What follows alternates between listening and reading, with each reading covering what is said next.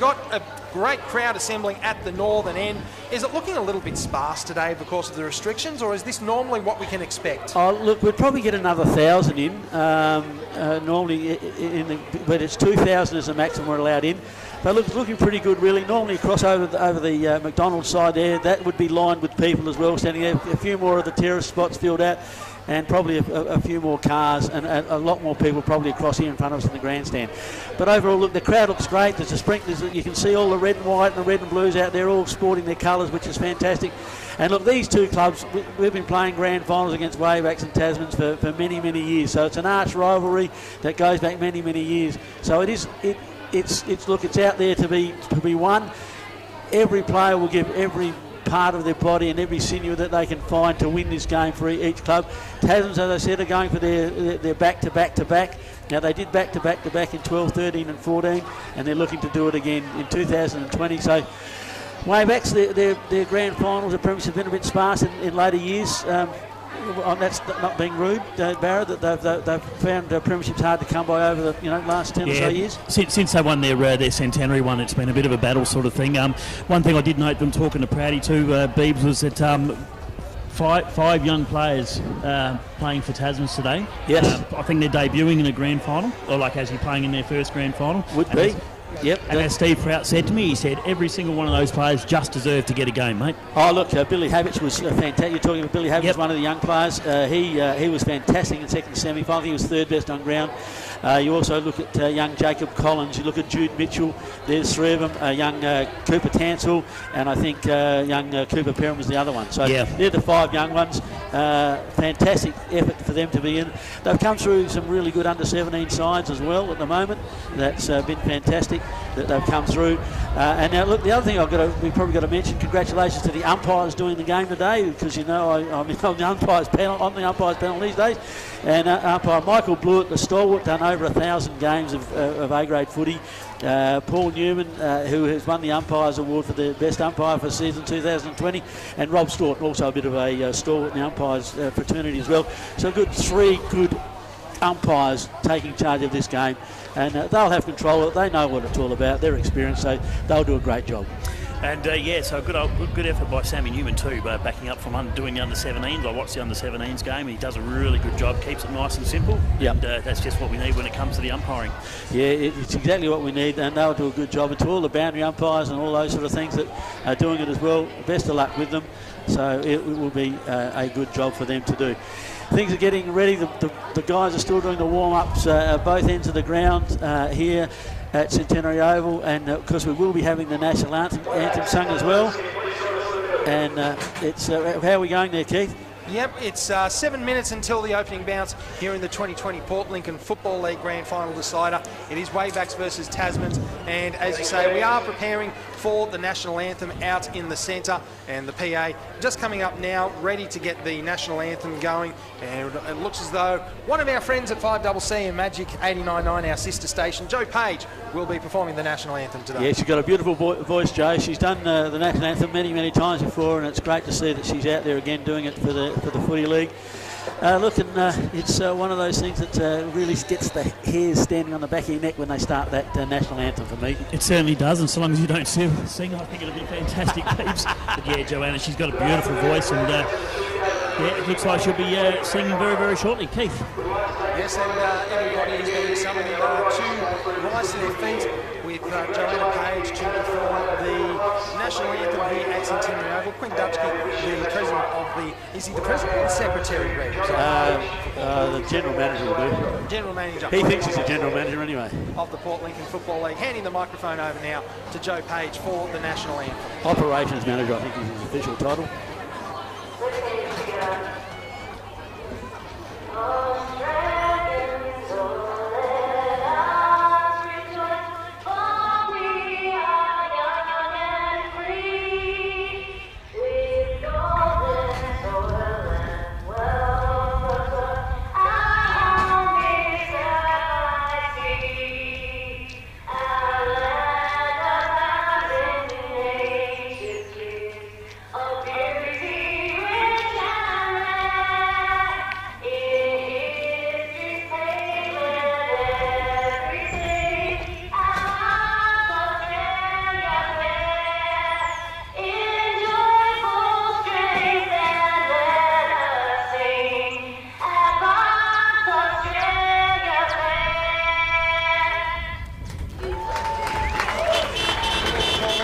League Grand Final 2020 edition. Quinn Dutchke taking the microphone back, and Waybacks retreating to the northern end or the scoreboard end of Centenary Oval. Tasman's at the moment standing at the southern end or the Lincoln Cinema end of Centenary Oval, waiting for the toss, and the two captains now coming together for Waybacks. It looks as though Sean Maxfield will be heading in with his training shirt on, and of course for Tasman's, their captain heading in there, Jace Rodder, in the number 1 jersey. We're awaiting the toss being undertaken today. Is that Peter Traw down there? No, it's Greg Fitzgerald. Greg Fitzgerald, as a matter of fact. My apologies. And we have Waybacks winning the toss, and they have decided that they will kick to the northern end of Centenary Oval in the first quarter. I was going to say that they wanted to kick off, but wrong sport. Don't you dare do that. Wrong sport this afternoon, so we'll get back to that one a little bit later on. But yes, do bear with me if I make any errors, because this is not necessarily the first sport that I've called, so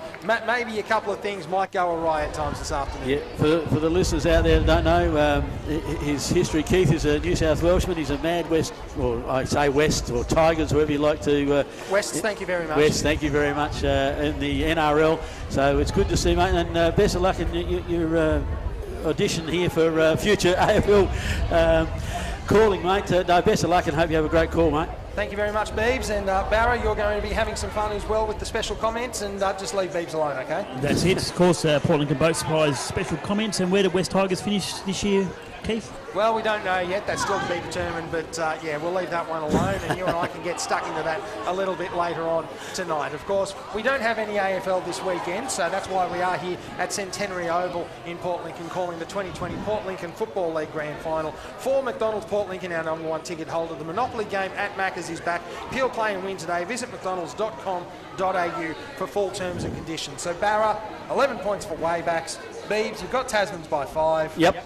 So I'll even it out with the even 6 for Tasman's, as Tasman's do head towards the northern end. They look a little bit more keen to get up there than Waybacks at the moment, whether that's a little bit more nervous energy or how we're going. And I can see that there's a little bit of a video on us, and if you are watching via that video coverage, then certainly good to have your company as well on the 5CC call of the 2020 Port Lincoln Football League Grand Final, Beebs. Yes, mate, look, we're getting in position. The players are getting in position now. Looks like umpire Sammy Newman is going to be doing the first ball up for the 2020 League Grand Final here between the mighty Tasman Roosters and the mighty Demons from Waybacks, and it's going to be an absolute ripper. We've got Blewett in the middle. You've got Maxfield, Sean Maxfield in there, Heenis for the Wayback side as well, Sam Heenis, and also I think Xavier Watson, I can see the other side there. Big Cody Mason in there with Reece Kelch for Tasman's. Also Reece Binky had a great game last week. He's in there in the middle as well. And it looks like Tick Jenner, the other one for Tasman. They are great. Very good afternoon to one of our special listeners, Peter Upton, tuning in, who happens to be our boss's boss. No pressure at all. So Pete, please be kind to us as we do call the 2020 Port Lincoln Football League Grand Final. Umpire, as you say, with ball in hand, he raises it above his head. We're waiting for the siren to get us underway. There's the siren, and he's got the whistle in hand, and in he goes to ball it up. And there we are now underway in the 2020 Port Lincoln Football League Grand Final. Tried to clear out by Tasman's. In the back, I thought might have been a little bit lucky not to give away a free with Xavier Watson, but the umpire will ball it up after all of 12 seconds on in the Port Lincoln Football League A-grade decider in 2020. Cleared out by Tasman's, coming forward to their forward 50, and it's taken now by Tasman's, and getting the pass away was Matthew Cretton. They go out to that outer wing and taken across that boundary line by Jared Seal. We've only had 30 seconds of play on the Port Lincoln Board Supplies time clock. Tasman's and Waybacks, no score yet, thanks to McDonald's Port Lincoln. The Monopoly game at Macca's is back. Peel, play and win today. Visit mcdonalds.com.au for full T's and C's. Okay, the ball comes out over the ruck. Waybacks over the top of the ball, can't pick it up. Tasman's in. Reece Binky gets the handball out, goes straight to the Wayback. Or Haynes, he's caught. Umpire says play on. Gets the ball out now to Watson on his wrong foot, gets it up to centre forward. Mark, trying to take by Hunt. Hunt can't take it. The ball comes out to Waybacks. Oh, Jesse Chandler attacks the ball strongly. Umpire calls play on. That could have been in the back. There's stacks on the middle there now at centre half forward for the Wayback side. And umpire Blewett says, I'll have it, boys. Let's ball it up again at centre half forward. Yeah, strong tackle there on Rory Hunt. It sort of might have been a free kick, but it wasn't paid by the umpire. Cleared out eventually. Tasman's with the football. They can't clear it. Now they do around the corner. Umpire looked to signal something, but eventually it's just playing on. Waybacks pick up the crumbs. They go forward. Mark taken, but it's rule play on because it didn't go to 15. Out wider now and marking the ball on that outer wing there for Wayback. It looks to be Sam Haynes. He decides to go down the right side over everybody and is bouncing over that forward right pocket boundary line, and the umpire will throw it in over the shoulder. 1 minute 48 seconds elapsed on the McDonald's scoreboard. Port Lincoln Boat Supplies time clock for everything in and on the water at Porter Street, Port Lincoln. No score, Waybacks and Tasmans. Umpire throws the ball in. Contest won by Waybacks, batted down, and they can't clear it again. And now it stacks on the mill, and umpire says that'll be enough of that. I'll take it and ball it up. So we can't get much flow so far in this grand final, but it is in the forward right pocket for Tasmans as umpire does the ball and Waybacks forward right pocket as we ball it up, and now it goes straight back over the boundary line. Groundhog Day will do it all again, Barra. They certainly will, and a couple of players there for Waybacks just hanging back on the forward 50 off their players, so look out for those ones. Yes, okay, the umpire boundary now throws it in. It looks like Reece Kilch in the ruck there for the Wayback player. That was he gets the tap. That was James Blewett got his hand on it. I don't know what he's doing in there in ruck. But anyway, the ball goes back out. Oh, Kaniska, I think there is Levi Kaniska, number 6, against Reece Kilch. The umpire will throw it all in again. The right forward pocket for Waybacks. Plenty of seagulls out there watching the game as well. The ball gets run in. Kaniska gets the tap again, goes forward. Jesse Chandler dives on the footy for Tasman. Ball comes out to Binky. He gets a handball out to young Cooper. He gets the ball out under the second wing. Ball goes up. Waybacks can't take the mark. There is bodies flying everywhere out there. Good pick up by Tasman. The ball gets on the left foot. A good mark by Heenis there.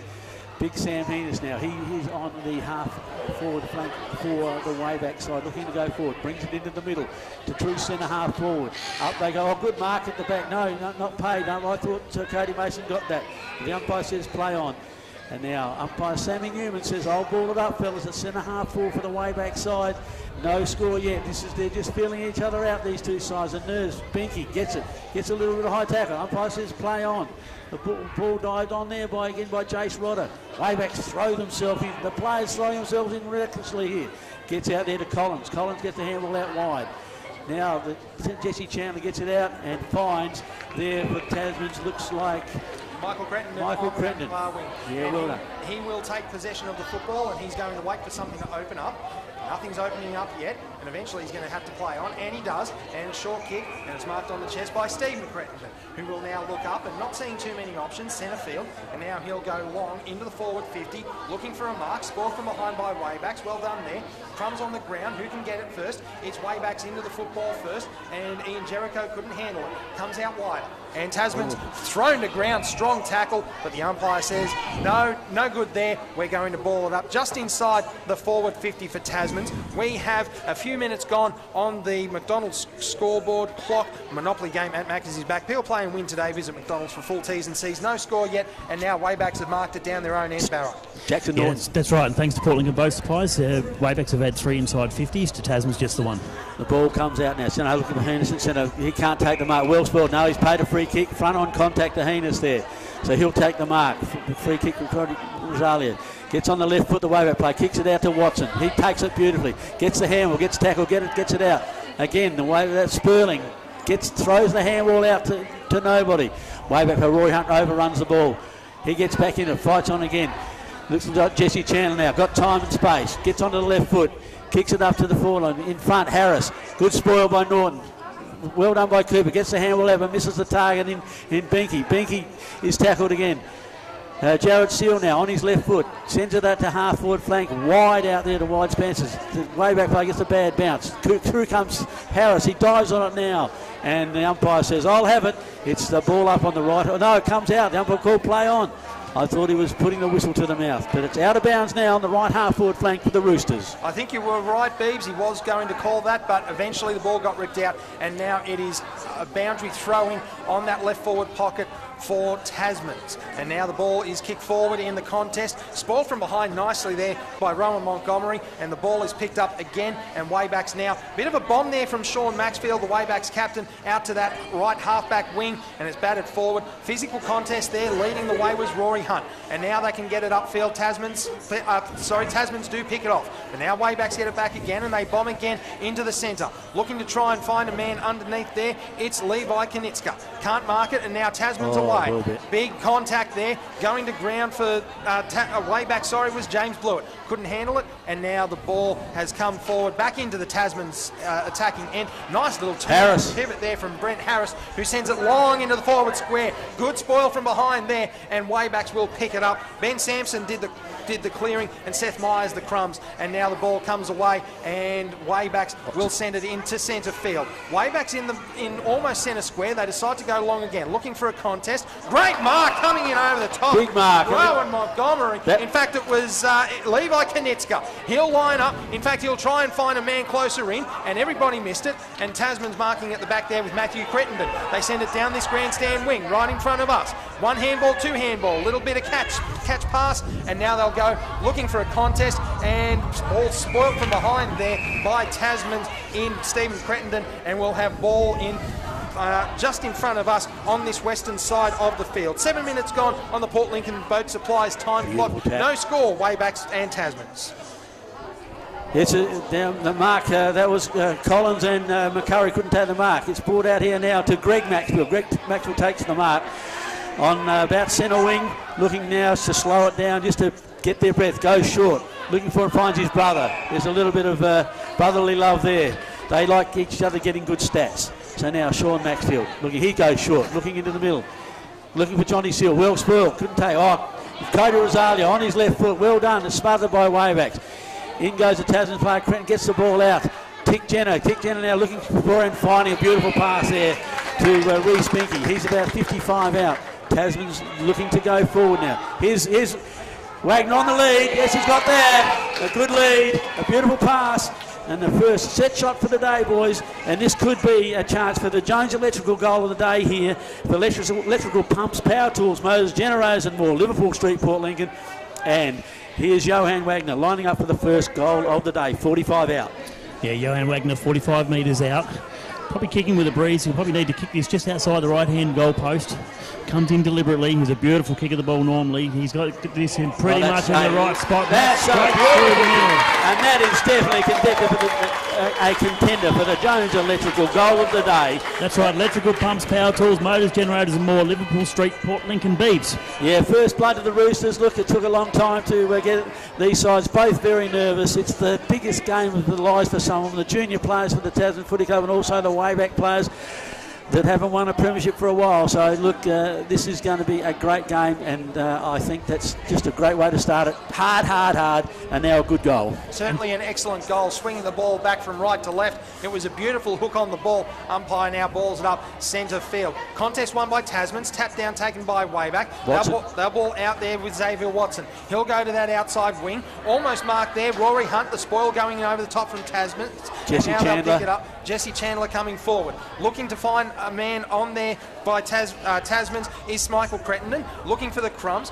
Ball socket off the ground and then tapped forward again by Tasman's. Almost into that left pocket. Billy Havich. Almost free. And now it's going to come back. And Michael Crittenden will put it wide. That was a real opportunity there. And it goes begging, unfortunately. So no good there. And on the scoreboard for McDonald's Monopoly game at Macca's is back. He'll play and win today. McDonald's.com.au for full T's and C's. It's Tasman's 1 goal, 1-7. Waybacks yet to score these.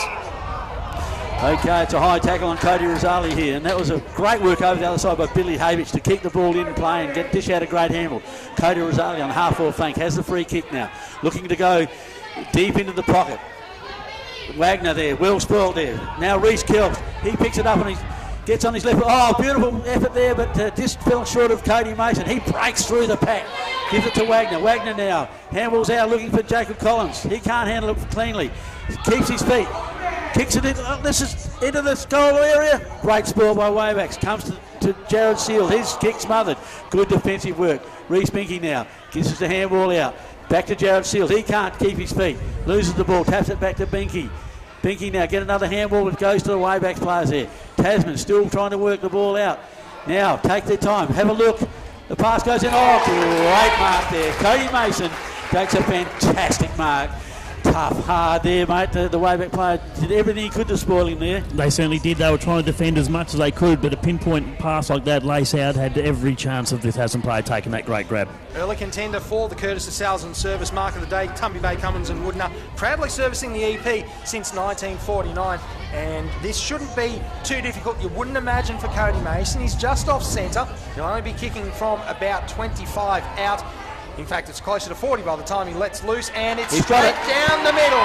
Straight down the middle from Cody Mason. That's his first goal of the day, the second for Tasman's, and it's a bit of an early jump on the McDonald's scoreboard. The Monopoly game at Macca's is back. Peel, play and win today. McDonald's.com.au for full T's and C's. We've had just short of 12 minutes on the Port Lincoln Boat Supplies time clock for everything in and on the water. Porter Street, Port Lincoln. Tasman's 2 goals, 1-13. Waybacks yet to score, Barra. Yeah, and a pretty dominant play there by Tasmans. They've gone into the forward 50 5 times now to just Waybacks to 3 times. You've got to get into forward 50 if you're going to score. Yeah, here we go. They have controlled the ball a little bit in the last 5 minutes. Umpire Staunton now throws the ball up. Knitzer against Kelt. It goes to back there to Cody Mason. He handballs on to Tick Jenner. Tick Jenner looking out wide. Low pass, but finds the chest of Billy Habich. He looking forward. He's going now. He's going forward looking for Wagner. And he's... Oh, no. Umpire says play on. He drops the mark. Sampson gets the handball. The handball's away back. Into Jacob Collins. He kicks it across the face of goal. It's not going to make it. Oh, it's a good mark there by Jackson. Jackson Norton there. He kicks a long one out. Looking for Xavier Watson. A great kick out there. His teammate up in the Great Flinders League gets it out. Watson now. Perfect pinpoint pass to Jonty Steele. Turns around. Get onto his left. Centre half forward. Looking for Haynes. Umpire says play on. Frost now. Frost kicking the ball in front. Well pushed out of it by the Wayback player. But he's dived on it. And umpire says holding the ball. He dragged it in. And the Tasman player will get the free kick there. So that was a good effort there from for Waybacks to get Sam Clark holding the ball. Frost now looking out. Centre wing. Drops it in, but too short. Xavier Watson plays on left on his... Oh, bad decision to play on there. Mason handballs. Gets the handball back again and he's run out of bounds. Really ordinary play there, as you say, Beebs. They should have just taken the set play and just waited for something to open up in front of them. Umpire throws the ball in. Left half forward pocket for Waybacks. Ball crumbed to the ground now. Waybacks looking to pick it up. They try to get the handball out and it's locked in there. And finally Tasman's come away. It's a bit messy down there. In fact, very messy. And now the umpire's got a call. And what have we got there? Trip. That's a trip. We've got a trip and free kick will go Tasman's way. They're in their right. Jacob Collins. Right back pocket, looking to try and get the ball further up ground. And now they'll come down this right-hand wing, right in front of us in the grandstand here at Centenary Oval. Habich is taken high. Very high play on Habich, and he'll get the free right in front of us here in the grandstand at Centenary Oval in Portland. He's looking up, not much by way of leads. He'll go somewhat short. Might not have gone 15 there, but Lloyd McCurry with the mark, and he'll look for a man looking to take from behind him. Very well. Ben Daniels. The Tasman, Ben Daniels grabs it just outside 50. He'll line up. Partially smothered there, and Waybacks come away with it now, Beebs. Yeah, good handball out here. Watson, he gets onto his left foot. He's got numbers out wide. Sean Maxford out there. He's attacked there by young Cooper, Tansel. He chases now hard, but Waybacks kicking, looking forward, looking for Jonty Seal, but the pass has missed him, and that'll go out of bounds. And it will be a free kick to the Tasman side. Last touch, the rule we play over here in Port Lincoln, we play the rule of this SNFL play. The last touch, if you kick it out or handball it out, the opposition gets a free kick. Brad Masters now taking his time. Oh, that's an ugly looking kick. The Wayback, well done Cooper Tansel, picked the ball out of the air for the Wayback player. Brad Masters knocks the ball down. Haynes now for Wayback. Sam Haynes gets the handball back. Tasman player gets, Jace Rodder gets the ball out. Waybacks again. It's back and forth. All well attacked by Brad Masters there against the big man Sam Haynes, and it goes out of bounds to the right forward pocket for Waybacks. Yeah, interesting play at the moment. Tasmans have had 4 free kicks to Waybacks, just the 2. I tell you what, the soccer off it wasn't even a half volley, it was a complete volley, is an early contender for the Business and Accounting Services Player of the Day. Greatest success for you is partnering with us. And now we've got a behind first score of the day for Waybacks, and they're finally on the board. It's Tasman's 2 goals, 1-13. Waybacks just the point. Coming away down from the right back pocket for Tasman's, batted forward there, and it's a nice little play. Can't control the ball there, Cody Rosalia. He's still got it, and now he's overlooking as possibly in the back, but the umpire says no, I want to ball it up, even though making a run for it was Seth Myers. He thought he was away, but the umpire says no, bring it back, and I'm going to ball it up. 16 minutes gone on the Port Lincoln Boat Supplies time clock, I should say, for everything in and on the water. Porter Street, Port Lincoln. Ball now again in a contest, and they just can't get it away, Beeps. They just seem, whenever they get into this contest mode, it just gets stuck there. Yeah, it does. Look, Tasman's are winning the 50-50s around the stoppages at this stage of the game. No, he's called too high. It's a free kick now to Blewett, who hasn't had much to do yet. He is a very, very good player, and he will come into the game. Gets onto his left foot, goes short, looking for Jonty Seal. Puts him under pressure, but he does it well. Oh, Kaniska misses the handle. Reggie Mason gets it over, looking for Boyd McCurry. Grabs the ball, kicks it wide and long up there, looking for Binky. Binky brings it forward beautifully. Gets it, grabs the ball, goes play on. No, the umpire says it's out of play, and it'll be thrown in. Well, Daniels got away with that because he could kick it straight to the Wayback players, and they could have run off. Waybacks need to get some goals here, boys. They're kicking with probably 2 or 3 goal breeze, so they need a couple of goals. That's right, so thanks to Portland and Boat Supplies, 17-minute mark. Waybacks are 1 point to Tasman's 2 goals, 1-13. Ball now crumbed on the ground, picked up there, thought it might have been a little bit high on Matthew Goodwin. Umpire says play on. Comes away now, Jonty Seal decides to load up, and it's more of a high kick in there, and the umpire's got a holding call, and we're going to play on, and it's right in front, and now all of a sudden, Waybacks have got a absolute saloon passage in, and Lewis George has his first of the day. That's the first contender from Waybacks for the Jones Electrical goal of the day. Electricians, pumps, power tools, motors, generators and more. Liverpool Street, Port Lincoln, and the McDonald's scoreboard reads Tasman's 2 goals, 1-13, Waybacks 1 goal, 1-7. We've reached 17-minute mark of the opening term, thanks to Port Lincoln Boat Supplies time clock for everything in and on the water. Porter Street, Port Lincoln. Yeah, well played by the big ruckman there, DJ. He was in front, got the free kick. He tapped it on, and they ran into an open goal. Yeah, and good play to also can take the advantage as well. They could have brought it back, but they didn't. An easy goal to Waybacks. No, and a needed goal. Yeah, good umpiring there. Now Robbie Staunton, umpire Rob Staunton, to throw the ball up back in the middle. This has been a very high pressure game already, and it'll get wider and loosen up as the game goes on. Up they go. Kaniska. Kells gets it on beautifully down to Binky. Binky gets it to centre half forward. Oh, there's nearly a good mark. Oh yeah, he's paid it. The umpire's paid the mark. I'm not sure he had first touch, but he'll take it. Oh, he's gone for the lead. No, he's gone long. The fake lead there, but that just didn't work out. That was really bad. The Wayback player drops the mark though. Picks it up, Jericho now. Gets it out to the half-back flank. Watson, oh, he takes a beautiful mark. Plays onto his left foot. Gets it into the middle, looking for and finding Eason. He's been quiet. He hasn't done much. Gets now onto his right foot. Well smothered by the Tasman players.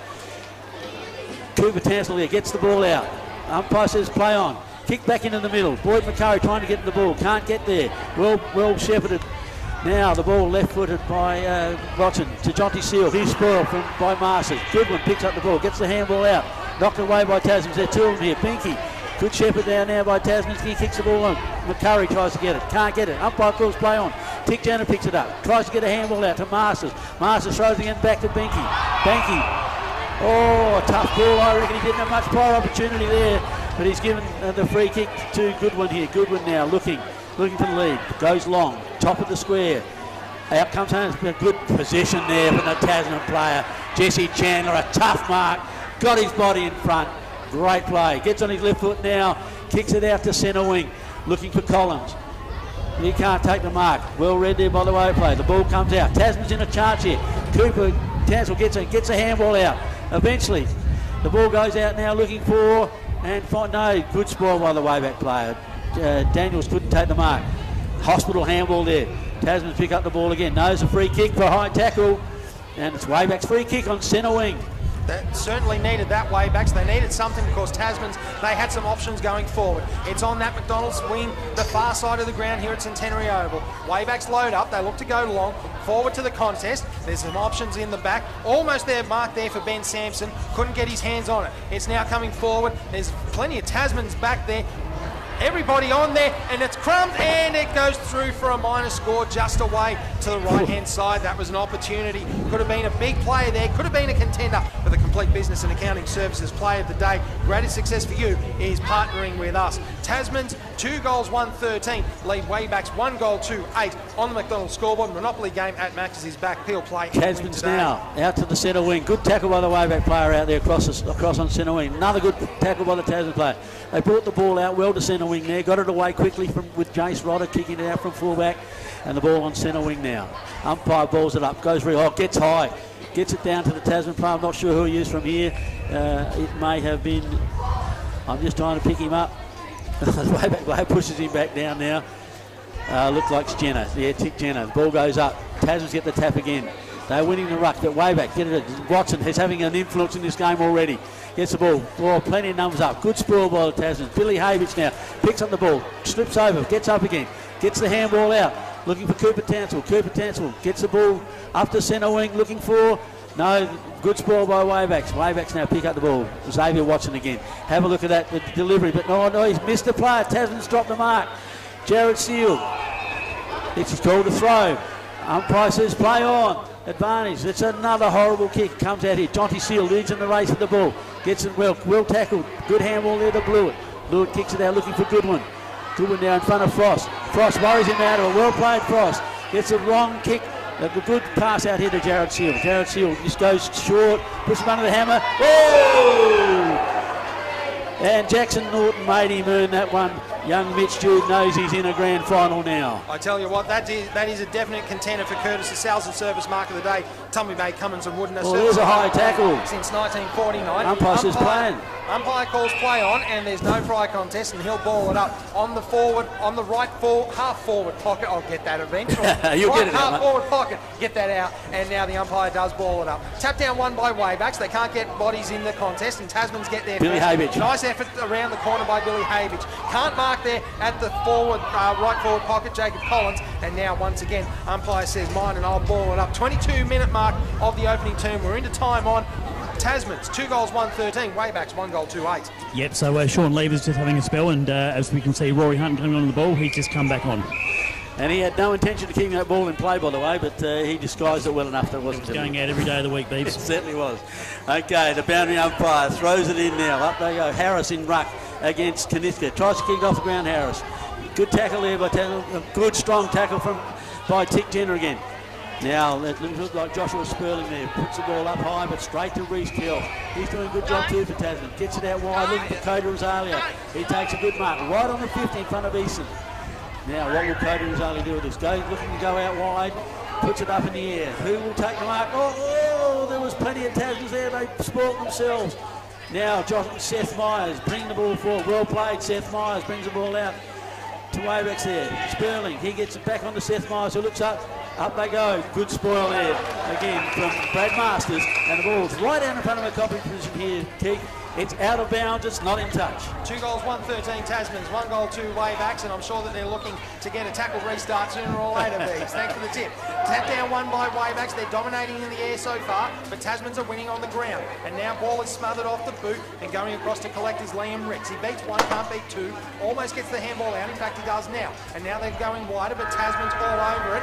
And that is the end of the opening term here in the 2020 Port Lincoln Football League Grand Final, the decider between Tasmans and Waybacks. And on the McDonald's scoreboard, the Monopoly game at Macca's is back. He'll play and win today. Visit mcdonalds.com.au for full T's and C's. The Port Lincoln Boat Supplies time clock has expired. It's 2 goals, 1, Tasmans 13, Waybacks 1 goal, 2-8. Not many contenders for the Jones Electrical Goal of the Day. Electricians, pumps, power tools, motors, generators and more at Liverpool Street, Port Lincoln. But we will go through all those contenders and a few of the other bits and pieces emerging from the first quarter next here on 765 5CC's live coverage of the 2020 Port Lincoln Football League Grand Final from Centenary Oval in Port Lincoln.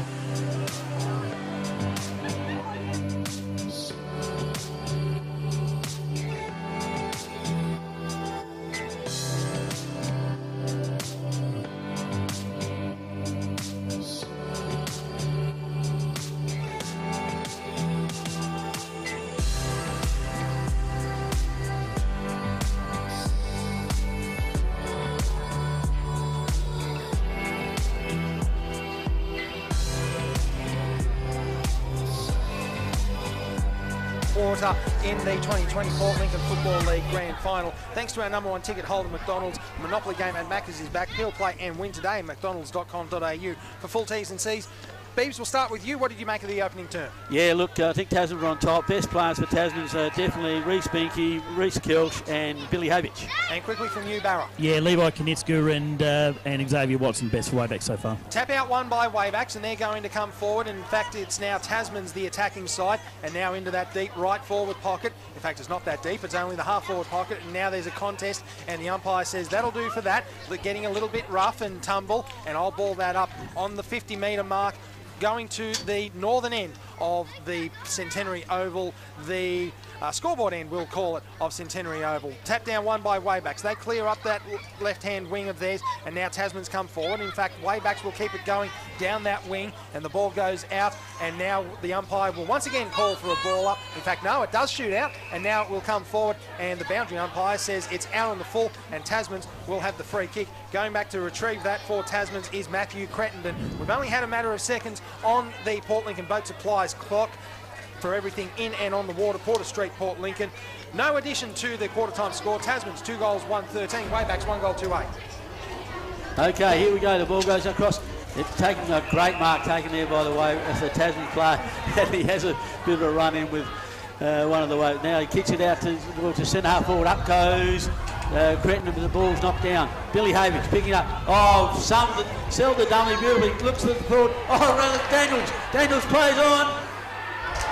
And I think he's kicked the goal. Yes, he has. That was great work. Billy Havich, terrific work there, boys. Sell the dummy beautifully.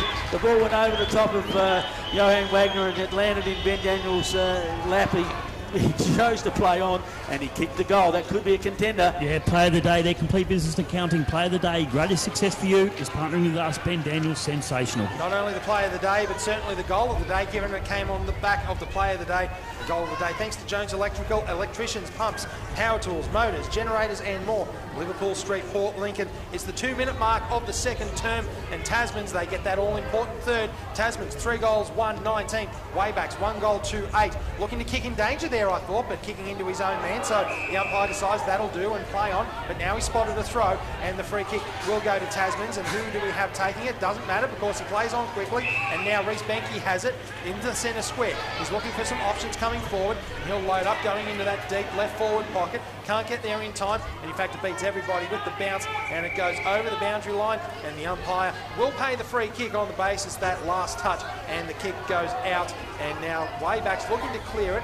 Not necessarily a whole lot to go to, so they'll have to go to the contest just in front of us here in the community grandstand at Port Lincoln Centenary Oval.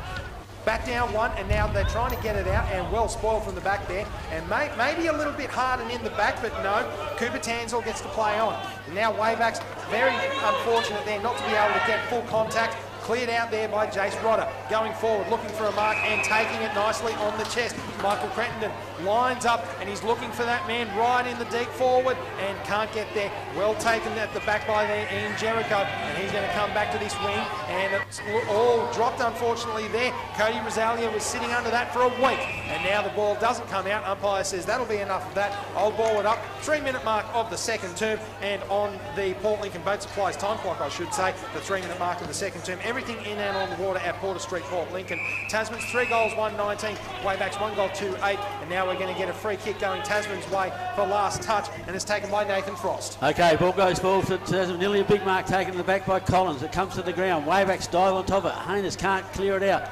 Gets it. It comes out now. Cretton gets it onto the boot. Over the top of the Tasman player, Wagner, and Jericho breaks away with strength. Well done, got plenty of time now. Hasn't looked forward, not a real good kick. Tasman's in front, WAYBACK cracks the pack. Binky picks it up. Cody Mason handballs into the WAYBACK player. Gets and chases his own ball again, but WAYBACK's pick it up through Maxfield. He gets the ball out there to Levi. I've just lost his name. There is in front was Masters. Masters can't take it. Johnny Seal goes back in. WAYBACK's got a chance here now. Couldn't get the ball forward. WAYBACK's got plenty of numbers here. Fight over it, boys. Rory Hunt throws the ball out. Gets the ball out. Umpire calls it a throw. Billy Havich plays on. Takes advantage. Gets it onto his left foot. Out wide. Looking for Jared Seal. Umpire, what we've got? What's happened here? Looked like a 50-metre. We've got a contest in the back of the play, and I'm not sure exactly what they've ruled, but it does look as though it's coming forward by about 50. So now we're going to have the free kick going to Tasman's, and Billy Havich can line it up, and he'll go looking for an option, and coming in from the side, Waybacks, they spoil. One down in the contest, looking to get it on the right boot, does so was Johan Wagner, but now it's crumbed ahead by Tasman's, looking for an option, back and around, right good snap there, comes from Stephen Crichton, and a great mark from Billy Havich. That is a sensational mark for Curtis's Sales and Service mark of the day. Tommy Bay, Cummins and Woodner proudly servicing the EP since 1949. And Billy Havich will line up for Tasman's fourth, and it just looks as though it's getting away from Waybacks a little bit at the moment, Barra.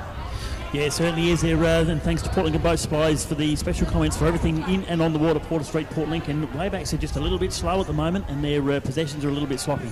This little fella lining up now, he's just about been their best player in the final series. Gets close to the man on the mark, but it looks pretty good off the boot. It looks like a goal, and it's through the middle for the Tasmans to record their fourth goal, and they go further in front now here in the 2020 Grand Final. Brought to you by McDonald's, and they're our #1 ticket holder, and it's fantastic goal here by Billy Hayes. Great mark, boys. It was a gutsy mark for a little fella. Yeah, it certainly was, and Tasman's taking full advantage of this 3 or 4 goal breeze, Beebs. Yeah, well, we thought this could be the case. Waybacks wasted a bit. The Roosters are going forward and direct, and they need to hold them up. Yeah, they do. So umpire blew it now to throw it. Haynes in for Waybacks, and of course Reece Kelch for Tasman. They go up. Haynes wins the tap. Binky tries to snare it. Xavier watching, gets the handball out to Maxfield. Maxfield misses his target. Jesse Chandler leads in the race to the ball. He gets pushed over by the Wayback player. He picks up, good handball, back to Maxfield, but misses the target. Cody Mason throws his body in. Jared Steele kicks it off the ground. The handball comes out from Wayback there into Jacob Collins. He handballs the ball. No, the umpire's called him holding the ball, and it'll be Waybacks to take the ball out of defence. Yeah, I thought it might have been a little bit harsh. Didn't look like he had much opportunity to dispose, but as soon as those arms were taken, that was it. Waybacks looking to work it forward onto this right-hand wing, and it's going to be cut out there by Tasman. Getting in there is Cody Rosalia. He goes forward, and it was touched and will play on. But now following up his touch is Reece Benke, and he will go for home! Oh, yes! Another big kick of the Roosters, and that could definitely be contender for Jones' Olympic goal of the day. Keith? Electricians, pumps, power tools, motors, generators and more at Liverpool Street, Port Lincoln. And on the back of that, it could even be a case that because the ball was touched off the boot by Benke, he followed it up. And that, I think that's a genuine complete business and accounting play of the day. Greatest success for you is partnering with us, Barrow. Yeah, it certainly is. And once again, just talking about Waybacks, they're a little bit slow, they're a little bit sloppy, and Tasmans are right on their money with their passing, and they are tackling hard. Yes, they lead 5-1, 31 to Waybacks, 1-2-8. The ball goes up in the middle. Benke again, Haynes. Benke gets the tap. Mason gets it onto his left foot. It's Scrubber up there. Tick Jenner leads in the race of the ball. Challenged by Maxfield. Picked up by Haynes. He has plenty. Oh, he gets away with it now. Clears. Goes long to centre half forward. Hunt under the ball. Oh, it's a great mark, Rory Hunt. Fantastic. He's going to play on quickly. Gets to the goal square. Up they go. The spoil, good spoil by the Roosters. The ball now will trickle out of bounds in the left-hand forward pocket for Waybacks. Could have been a play of the day, but we'll have to give him a contender for Curtis's Sales and Service mark of the day. Tommy Bay, Cummins and Woodner proudly servicing the EP since 1949. Umpire throws it in. Tap down one by Tasman's. Goes straight back to that boundary line. A little bit of a hip and shoulder. And the boundary umpire looking. Doesn't find anything. And the umpire instead will have to ball it up. And I would take London to a brick that this ball will probably go back straight over the boundary line, Barrow.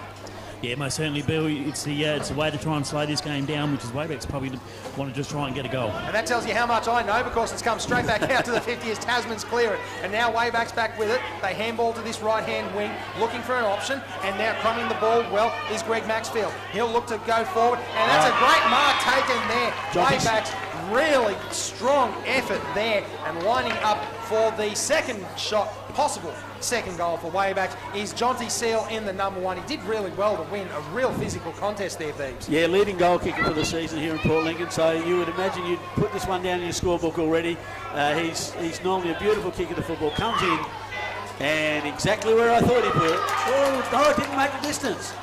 Oh, I think it might have. Yes, it had. No, he called touch. No, he called touch. I thought he was signalling the goal. He did nothing there, the goal umpire. Anyway, oh no, they're conferring. They're going to confer. He said he thought it was touched, but the boundary umpire, there was a little bit of a delay.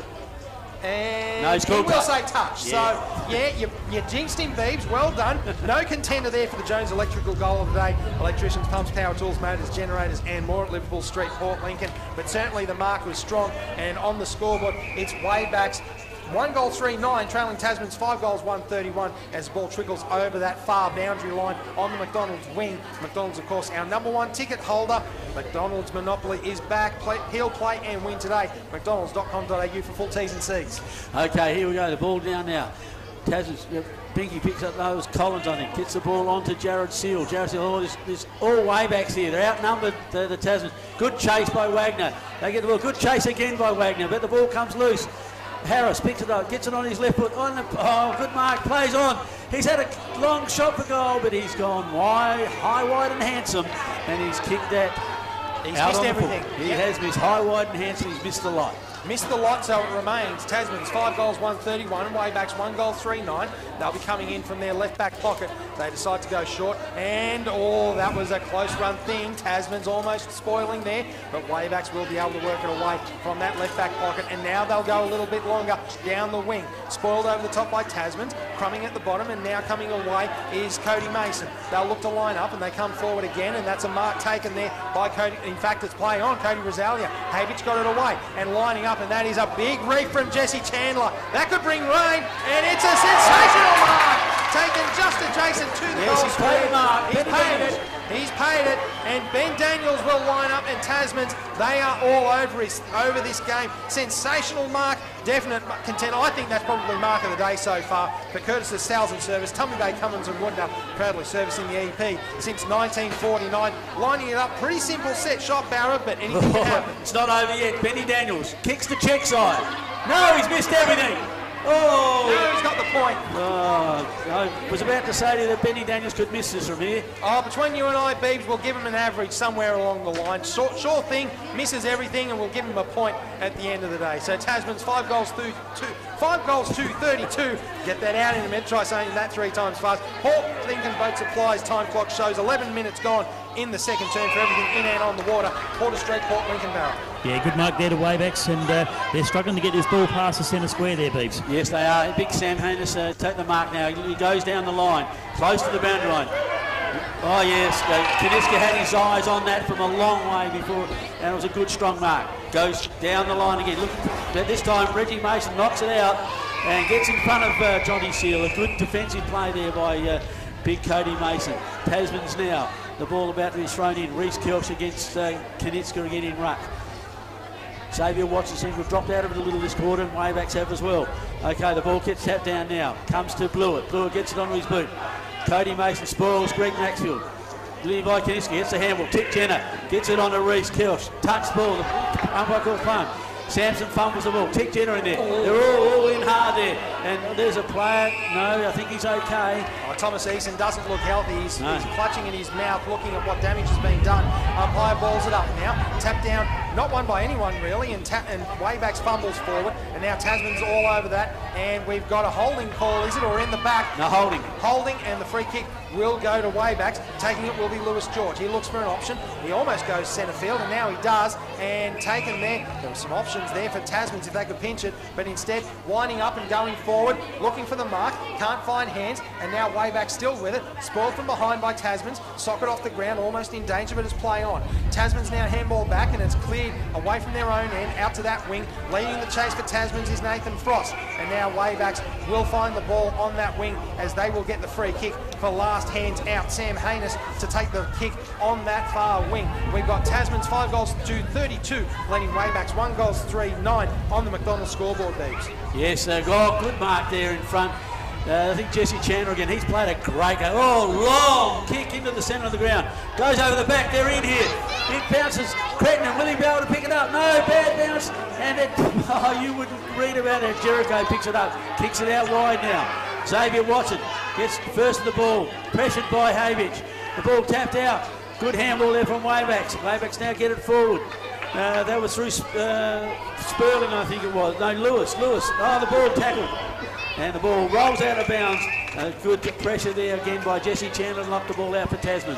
Yeah, Tasman's doing well in their defensive half there, keeping plenty of players around the ball and stopping Waybacks from having any chance. I think that ugly bounce could even be a contender for the complete business and accounting player of the day. Greatest success for you is partnering with us, because Tasman were away if they got that bounce. They're away anyway. In fact, it's now battered down by Wayback, and the handball comes away. Nicely done there by Xavier Watson. Long kick in from James Blewett, and spoil from behind. Great spoil. And Tasman's now on the loose ball, and they will get it away down that wing, but there's nobody there for them. And now Jackson Norton has a mile of time, and Beeves take over from me because I'm struggling. And he's missed the pass, and he's hit Jenner on the chest.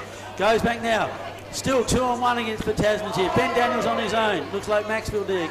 Sorry. Jackson Norton grabs the ball. Tries to break the tackle. Good tackle by Tasman. He's called a throw.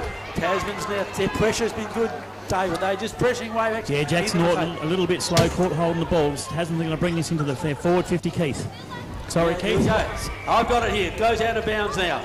You can't do that to Keith when he's having a drink, mate. Out the corner of my eye. Sorry, Keith. And the umpire throws it in the right forward pocket for Tasman. Goes over the back. Picked up by Harris. Up goes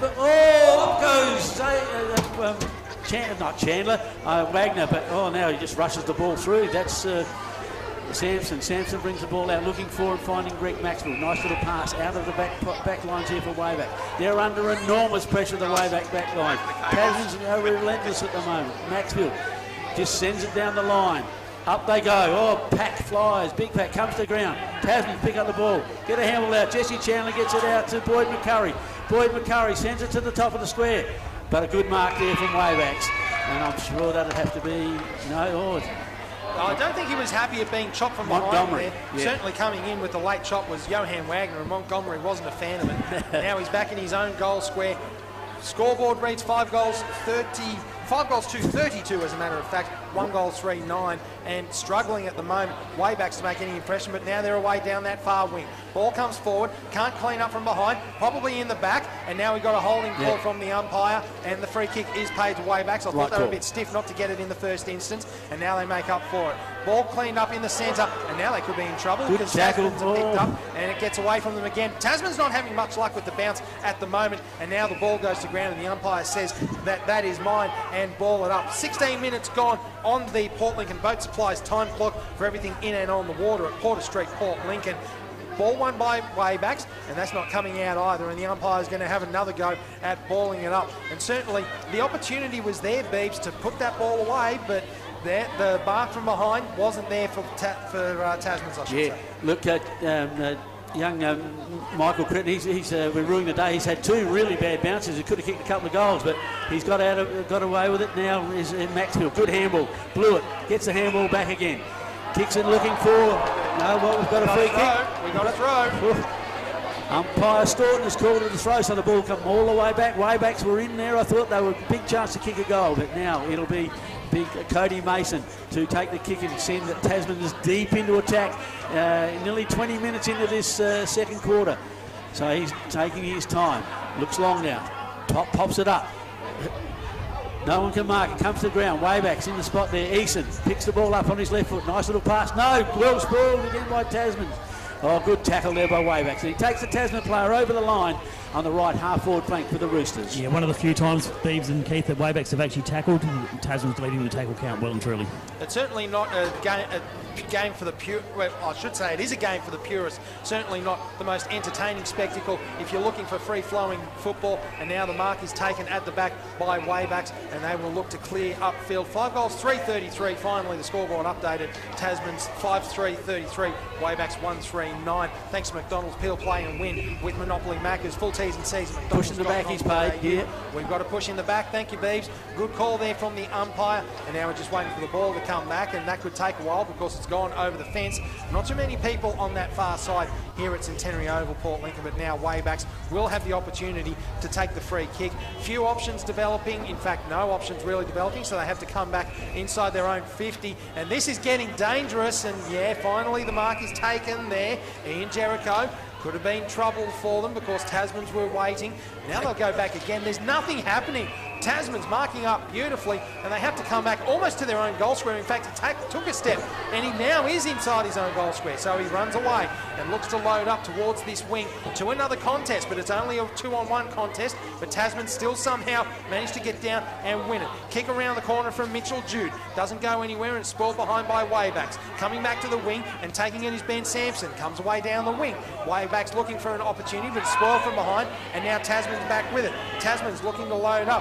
Yanello, and the umpire has another throw call, and the free kick will once again go to Waybacks. So Waybacks, they're staying in the contest at the moment, courtesy of a few calls from the umpire, and he's stopping the game for a moment. And a free kick here, he's changing the free kick. It was this player here, 25, Joshua Sperling. It's his kick. So Joshua Sperling now will have the free kick just in front of us here in the grandstand at Centenary Oval in Port Lincoln, looking for options, and again he has to go sideways and almost spoiled from behind there, getting very close to the ball with Stephen Crenton, but they'll come wider again, Waybacks. They're playing laterally, but they're not going forward, and once again kicking forward. Finally Jackson Norton finds the option, and now they will come forward on that left wing, looking to mark and doing well there to take the mark with Xavier Watson. Plays on into the forward 50, and now Waybacks have an opportunity to line up, and he'll let rip from almost on the 50. Doesn't have the legs, and who gets the ball? It comes to the ground. Contest across the goal square. Waybacks look to Crum. They do. They get the ball back. Snap around the corner, and it's spoiled on the goal line and taken through for a rush behind. And Jesse Chandler decides absolutely no chance to take any issue whatsoever. And Jesse Chandler makes sure that that ball does not go through. We've got 20 minutes gone in the second term on the Port Lincoln Boat Supplies time clock for everything in and on the water. Porter Street, Port Lincoln, and it's 5 goals, 33 Tasmans, 1 goal, 10 Waybacks. Yeah, and here the kick out was touched and it's gone out, so it'll be a throw on the right half forward flank for Waybacks. The boundary umpire throws it in. Kelcher gets Hayneskin. No one gets the tap. Goes to the back. Waybacks read a bit. Oh, good tackle, and that's holding the ball. And that was Seth Myers there, caught holding the ball. Tasman go forward now, looking forward and finding Reece Binky. I think it's Binky. Yes, it is. Gets it out wide, looking for Jesse Chandler. He's played a great game, this bloke. He has been fantastic for the Roosters. Jesse Chandler now, looking to where to go. The Wayback defence.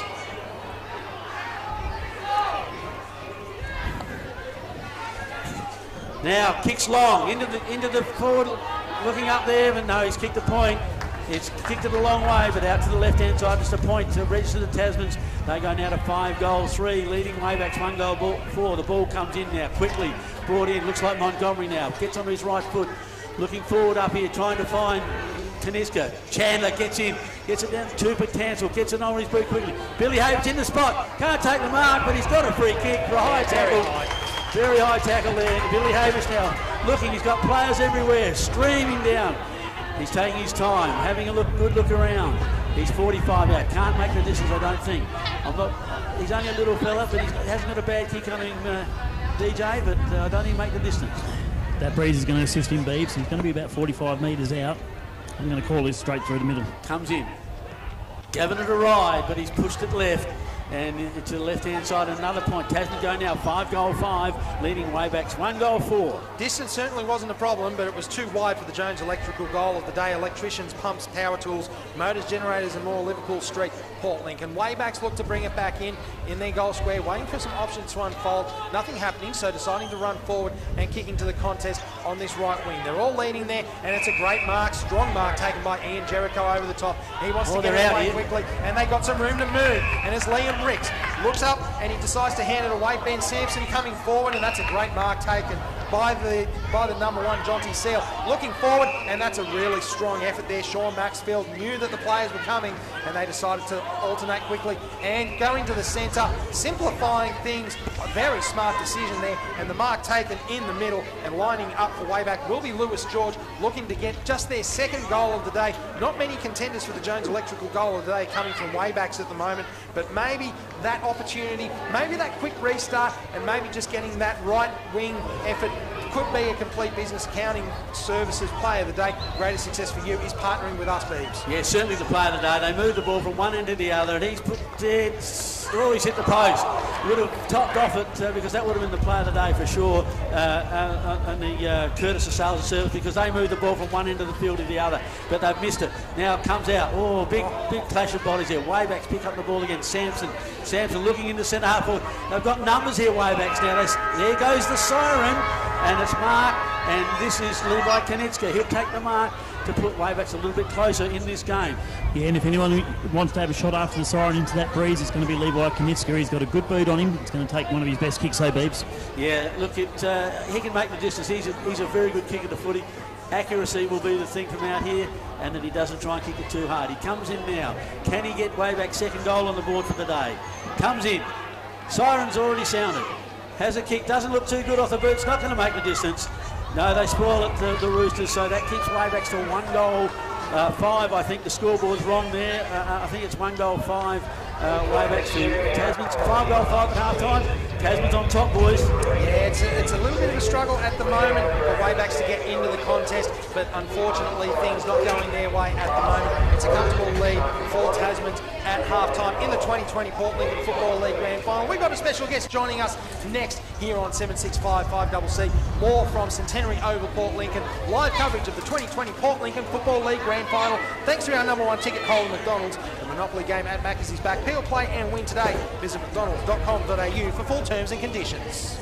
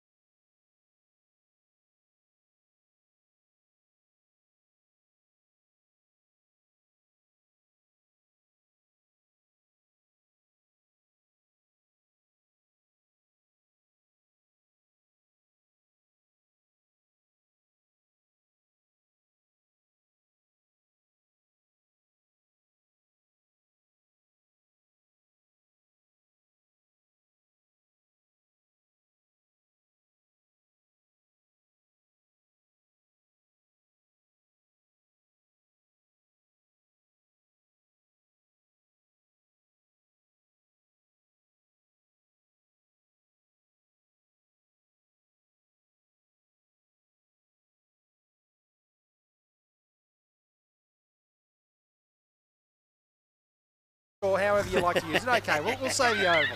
But certainly... We've got to get you somewhere on the line, don't we? Yeah, all right, I'll let you have that one. But the bounce seems to be eluding Tasman's at the moment. They just don't seem to be having any bounces go their way. Yeah, I think the bounce is going pretty well for Tasman at the moment. So. I think the biggest problem, Beebs, is Waybacks just seem like they're just a little bit slow, but the tackling by Tasman has been phenomenal. They're, even when Waybacks get their hands on the ball, there's 2 to 3 Tasman players there tackling as hard as they can. Yeah, look, their pressure has been good all over the ground. They have tackled. They're not giving Waybacks no space. And all of a sudden, when Waybacks did get some space during that quarter, they didn't know what to do because there was that perceived pressure on them. And all of a sudden, when that perceived pressure is there, you make the mistakes. Yeah, and once again, the wind is obviously not playing much of a factor, as we can see, because of the fact that Waybacks are 1 goals 5 and struggling, and Tasman's are 5 goals 5, 35. Football's a funny game, though. 1 quarter can always change a game. It certainly can, and we're going to have all the action from the 3rd quarter live here at Centenary Oval, Port Lincoln. Tasman's 5 goals 5, 35 on the McDonald's scoreboard.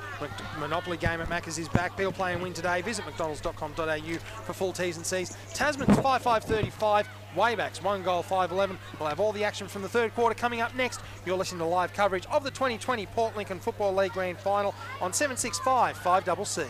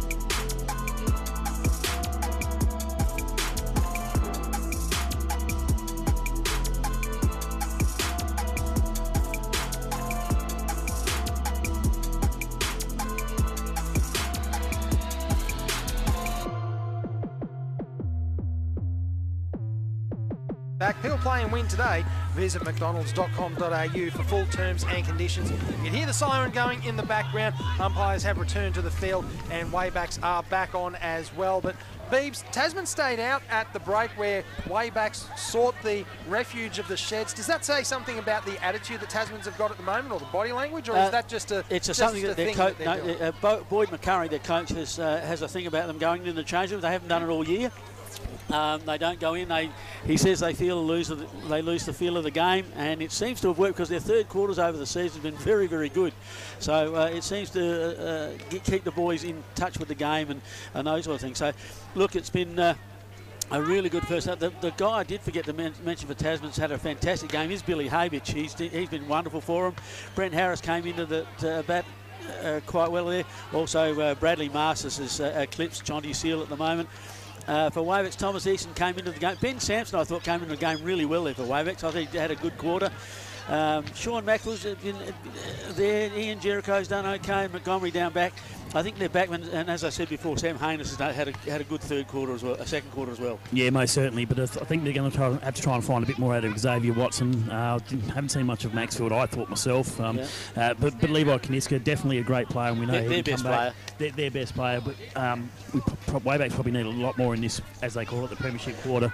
Plenty of players out there. But the main thing with Tasman was their tackling. They were just too strong at the ball, and the WAYBACK hands just weren't clean enough. Well, what the WAYBACK side have also got to do, they've got to change their forward line around. It's not working for them. They've kicked 1.5 goals. So the thing is, they've got to do something about that. No good just saying I'm waiting and waiting for something to happen. For Jonty Seal to take a mark or something, they need to change it up a little bit, sort of thing. Maybe throw a Ben Sampson down there, maybe to a bit of speed. I think that's a great idea. Ben Sampson in the forward line for me for sure. Push Jonty Seal maybe deep right into the goal square and do something that's similar. They've got to do something different. Seth Myers out to a wing maybe to try and provide a little bit of run. I thought he wasn't too bad in that second quarter. Yeah, Seth always attacked the ball, a good player, and reads the play very well. But again, they really need, I think it's the forward. I think they're matching Tasman's in the middle. I think the middle's been pretty even, but the Tasman tackling has been so much better than WAYBACK's. But I think they need to do something. The forward line is their problem. They've got to fix it, and if they don't fix it this quarter, she's all over Red Rover. Premiership quarter, yeah. Yep. I thought that Cody Rosalia had a good third quarter as well. He came right into the game strongly. Yeah. So Tick Jenner's had a good game as well for Tasman. So I think you could name 8 or 10 Tasman good players easily, whereas WAYBACK you're really struggling to try and find 3 or 4. And in a low-scoring game of football of WAYBACK's 1-5, they need their 4 goals down, and that's going to be a tough ask. They're certainly needing a couple of contenders for the Jones Electrical Goal of the Day. Electricians, pumps, power tools, motors, generators, and more at Liverpool Street, Port Lincoln. Maybe also looking for a bit more for Play of the Day, thanks to Complete Business and Accounting Services. Greatest success for you is partnering with us rather than relying on a few of those bouncers, because I think a few of those bouncers could have been the main contender for their Play of the Day so far. And on the scoreboard, thanks to McDonald's, the Monopoly game at Max's is back. McDonalds.com.au for full T's and C's. Tasman's 5 goals, 5-35, leading WAYBACK's 1 goal, 5-11. Beebs, how do Tasmans go on with it? How do they lock the game down now? Well, I think they've got to keep attacking, playing the same sort of footy they played. They're not a stoppage side, so they won't drop players back in defence. I don't think they'll try to take play the game as they played in the first half, attack the footy, get the ball forward to their forward line. You've got Harris up there, you've got Johan Wagner up there, you've got Brendan, you've got Jacob Collins. They've got players that can kick all, and also their centre line can kick goals as well. So they've got to do that. WAYBACK, they have to get the ball forward quicker and get their forwards leading up so that they can take advantage of that when it happens. Certainly a lack of options for WAYBACK when they did decide to go forward. Umpire has the ball in the air. Siren sounds, and we are about to get underway in the third quarter of the 2020 Port Lincoln Football League Grand Final, and we are now underway. Tap down one by Tasmans. Not a great start for WAYBACK. Can't get the crumbs there, and balled forward again, and now we've got a holding call, and the free kick will go the way of Tasman. So it's an ugly start for WAYBACK, and unfortunately for them, Reece Benke will get the free kick in the centre square. He decides to come to the right-hand side. Well spoilt from behind there by WAYBACK in Michael Crittenden. Sorry, I'm looking at the wrong sheet. It was Xavier Watson, as a matter of fact. And now they come down the sideline, and now we have a mark taken by Michael Crittenden, who loads up towards the goal square. Spoilt from behind by WAYBACK, and that ball trickles out along the boundary line, and we'll have the ball thrown in deep left forward pocket. We've only had 40 seconds of play in this third quarter on the Port Lincoln Boat Supplies time clock for everything in and on the water. Porter Street, Port Lincoln, Barra. Yeah, so Tasman's in their forward 50. The ball's on the ground, and it looks like they're going to get a clearing handball out for WAYBACK. Beebs? Yes, Watson got it on his left foot, but again his kick goes straight to Reece Kelch. He's played a great game for Tasman so far. He's looking forward now. The forward line's a crowded forward line, so he goes out wide. Not really the best spot, I don't think, but he's got players out there. Numbers out. Good mark. That was a great mark there by Crittenden. No, Jared Seal, I think it is. Hard to tell. Yeah, Jared Seal goes into the middle. It's come off. Came off the side of his boot, but big Cody Mason was right in the spot, and he'll kick from about 45 metres out. Slight angle, but not much. Nearly straight in front. He won't worry about the distance here, Keith. He will kick this. He's got to kick like a mule, this big fella. So he's going to kick this to the marina, is he? Just about. He comes in now. Big, long kick, but the wind's holding it up. And he scored 1 point to the left there. So that's another point to the Tasman's side. They moved on to 5 goals 6, 36, leading Waybacks 1 goal 5, 11. On the McDonald's scoreboard, the Monopoly game at Macca's is back. McDonalds.com.au for full T's and C's where you can peel, play and win today.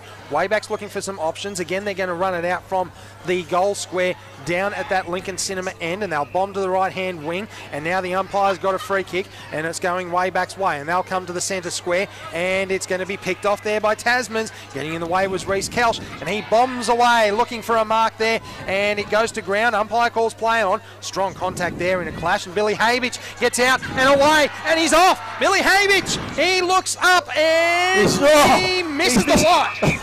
He misses a lot. Can't believe it. Billy Habich had a golden opportunity there to split it right down the middle, and he's missed everything. So now Waybacks will come away, and they're going to look for some options. Greg Maxfield taking the mark for them in that back left pocket. They're going to need some options, and again, they're having to kick to a contest. It's not a good look for Waybacks, and taking the spoils at the bottom, and now loaning up. Going forward, Jace Rodder looking for an option. They can't mark. And the contest is won there by Wayback. They'll clear through Anthony Ianello. Out to that right-hand wing. Looking to try and run that ball down. Seth Myers doesn't get there. Oh, he's gone over the fence. He's gone over the fence. That could be a contender for the complete business and accounting services player today. Greatest success for you is partnering with us. But on the McDonald's scoreboard, 5 goals 6, 36 Tasmans, 1 goal 5 Waybacks 11. 3 minutes gone on the Port Lincoln Boat Supplies time clock. Barra for everything in and on the water. Porter Street, Port Lincoln. And that would have been a play of the day, because that is definitely out of touch over the fence. Keith?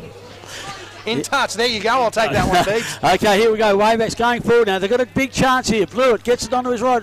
Hurries it forward. Frost leading in the race. Jonty Seal, they attack the footy. Seal picks it up, but he's set upon by the Tasmans. And the umpire says no prior opportunity. We'll have a ball up in the left forward pocket for Waybacks. They need a goal here, and they need it now. Goes up. Jonty Seal takes the ruck. Gets the handball out to Jackson Norton. That's a goal. It's touch off the boot. Touch off the boot. The umpire's called touch, so bad luck, Barrow. You can't take a trick. Jackson Norton, I thought he'd brought Waybacks back into the game, but it was a point only. Now Crittenden looking, where will he go? Where will he go? He's runs out of the square, plays on now, gains an extra 20 yards, kicks it out to centre wing. Up they go. Chandler can't take it over the back. Good bump there. Bump off the ball was Seal. The ball, it was Crittenden. Now the Tasman player takes the ball. He's wrapped up, and the umpire will bounce it on centre wing over on the McDonald's side. Ball up. Won by Tasman's, tapped down, doesn't get good contact, and now Tasman's will try and clear from behind, and they do. They go high, looking for a mark there, and no mark taken, and it's spoiled away, and Wayback looking to run the ball down, but a great effort there from Tasman in Michael Crittenden, and now the ball comes bombing forward, and leading all the way in there, Ian Jarrett. Sorry, I'm looking at the wrong sheet again. It's Johan Wagner. Put some colour on these sheets, Beeves. Help me out here. But Johan Wagner takes the mark, and he will line up, looking for the 6th goal for Tasman's, and this could be a real problem for them if he can slot this, and if he can kick from here. I'm understanding that, okay, they've got some big goal kickers, but is he a big goal kicker for the Jones Electrical goal of the day? He certainly is. Experienced footballer from the SANFL as well. So Johan Wagner's coming in 45 metres into the breeze. It'll take his best. He kept low out of the sun, and that's going to go straight through the middle for another goal to Tasman's. Yeah, look, it was an ugly kick, boys, but it had the desired result, and Johan Wagner kicks his second, and the Tasman side kicks clear, well clear now. 6 goals 6 to Waybacks. 1 goal 6 on the McDonald's scoreboard, mate. But look, that was just good play from the Roosters. They worked the ball forward, and then a lucky kick at one stage, but Yowie leading Jericho well in front of him and took an easy chest mark and finished it off with a good goal. That's a fantastic kick by Yowie, because really on a dry day, normal conditions, he's kicking that 55 metres. Yeah. That's a strong breeze, as we've seen, and that's putting a nail in the coffin. Sammy Newman throws the ball up now. Haynes gets it on to Xavier Watson. He's wrapped up again. He's tackled hard to the ground. by big Cody Mason, and he knows that when he tackles you, up they go again. Haynes gets it over the top. Again, another punch there by Xavier Watson, goes forward. Cooper Tansel breaks it with the handball, too heavy. Blew it now, picks the ball up, kicking it forward for Waybacks. At the back there, well played Crittenden, gets the ball out, looking wide and finding, no, Seal can't take, gets the handball out. Picked up there, no, Jace Rodder overruns it for Tasmans. Another Tasmans player back on. Jace Rodder gets the ball out, straight to Waybacks. There's a chance here, Waybacks. Maxfield got all the time in the world, looks forward, but his kick finds none other than Crittenden. One of the Crittenden brothers, and I think that's the Matty type. Matty gets it out towards Reece Binky. Reece Binky taps it forward. Jonty Seal playing him well. Good tackle by Reece Binky. The handball comes out. Tasman's Cody Rosali, good handball. Beautifully spotted out there by Bradley Masters. And how good a game is this big fella playing? He is playing a great game for the Roosters. Reece Kelch doing wonderfully well. Gets on that left foot now. Sends it down centre wing. Up they go. They can't take the mark. Well tapped out by Boyd McCurry there, but in front of Jericho there. Breaks away. Kicks the ball long back to where it came from. Oh, there's got to be a free kick, yes. Kelch went early and he's taken Haynes down of it. There, that's called it in the back there, Keith. That was a big in the back. It would have been a specky, real contender for Curtis de Sal's service mark of the day if it held. Tommy Bay Cummins and Wooden have proudly serviced in the EP since 1949. Tasman's run it down, taking it away and flung to the ground, and I'm sure that would be a really dangerous tackle if we were playing a couple of grades higher, wouldn't we be? Surely. Yeah, that should have probably been a dangerous tackle, but it doesn't matter. The ball found the boundary line, which is exactly what he wanted. Tough play there by Sam Haynes to take that knee in the back in the marking contest. Beeps. Umpire throws in. Waybacks tap it down. They get the ball cleared forward. That's a great mark. Wonderful mark from Jonty Seal, and he takes no time in going straight back, and he's going to try and line one up. And hopefully, well, we've already got the scoreboard attendants looking at replacing the 1 with a 2. I hope they don't jinx him. And they don't. He puts it straight down the middle. Not necessarily the most spectacular goal, given it was right in front. So not necessarily a Jones Electrical goal of the day contender, but certainly that mark. Certainly a mark of the day contender, Curtis de Sal's service. Of course, sponsoring the mark of the day, Tumby Bay Cummins and Woodner, proudly servicing the EP since 1949. Port Lincoln Boat Supplies time clock shows 8 minutes gone in the third term. And on the McDonald's scoreboard, Tasman 6-6-42, leading Waybacks 2-6-18. And you most certainly don't have to write down how you get them, Beebs. It doesn't matter if they're 15 in front or 45 out. Waybacks need these to go through. They've done what I said. They put Jonty Seal to the goal square. I think that's exactly what we thought was what they needed to do. So now, looks like umpire Rob Staunton. We've got Haynes against Reece Kelch to throw the ball up. Up it goes. Up they go. Haynes wins it again. He's getting his hand on the ball a lot. He gets the ball now. He gets it onto his left foot. Umpire calls play on there. Big Reggie Mason knocks the ball forward. Jace Rodder, he knocks it forward. Maxfield leads in the race for the ball. Goes on the ground. Jared Seal tries to pick it up. Maxfield grabs it. He grabs him. And it's Reece Binky tackling. He's called holding the ball. No, in the back. What's he called? Well, it looked as though he was going to call holding the ball, and then all of a sudden it was almost a rugby league signal for a flop. He was going in over the top with the butterfly motion in the swimming swimming circuit. So I'm not sure what the story was, but the end result was Jared Seal got the free kick, and he sends it out to the left wing and marked out there by Tasman's. Looking for some options. Umpire calls to play on, and now they'll bomb away down that left-hand wing into the contest. Hands up there, spoiled from behind by Waybacks, and that ball is on the ground, and the umpire says that will be mine, and he will ball it up. 10 minutes gone in the third term on the Port Lincoln Boat Supplies time clock for everything in and on the water. Porter Street, Port Lincoln. Tasman 6-6-42, Waybacks 2-6-18. As now Tasman's bringing it away. They're going the wrong way. Turn around. And now they finally mark it in the centre square. They're going to come away, almost gone 15 without bounce, but it's play on and marked out there. No, in fact, the umpire says play on. Now we're going to get forward into the contest, perhaps in the back, but no, it's playing on, and the umpire waits for it, and now he says that he will ball it up on the edge of the centre square towards the right forward pocket for Tasman's. He balls it up now, looking for some contest here, Waybacks. They win the punch out, but once again, it's all Tasman's at the contest, and Cody Mason reefs it forward, looking for a mark, and beautifully taken. Johan Wagner. Johan Wagner. That is a magnificent contest. Cheer up, Barra, it's not over yet. You might be struggling there, but you're still in the contest. Well, for the moment at least. 24 down. Definitely a contender with the Curtis Sales and Service mark of the day, that one. Absolutely. Well, with Johan Wagner ball in hand, I'm going to have to say this is probably going to go straight through, Beebs. I won't put very reliable kick. I won't put the mockers on him. 35 metres out, comes in deliberately. This will go goalpost high, straight through the middle. No. Nice. You did put the mockers on him. Thank you very much. That's what you were trying to do. Well, we've got to try everything we can because we see on the scoreboard, WAYBACK's 2 goals 6 to Tasman's 6 goals 7. And of course, that is the McDonald's scoreboard. Thanks to McDonald's Port Lincoln, the Monopoly game at Macca's is back. Peel, play and win today. McDonald's.com.au for T's and C's. Yeah, didn't kick through the ball, that one. He just tried to ease it through the goals. You've got to kick it through hard. You've got to follow through. It's like a golf swing. You've got to do it, follow through the whole time. Okay, Jericho now to bring the ball back. He plays on. Comes out to the grandstand side. Kicks it long. Hanus in there. But Harris just nudged him under the ball beautifully and took a good mark. Looking for Billy Havich now. Oh, he's got WAYBACKs everywhere.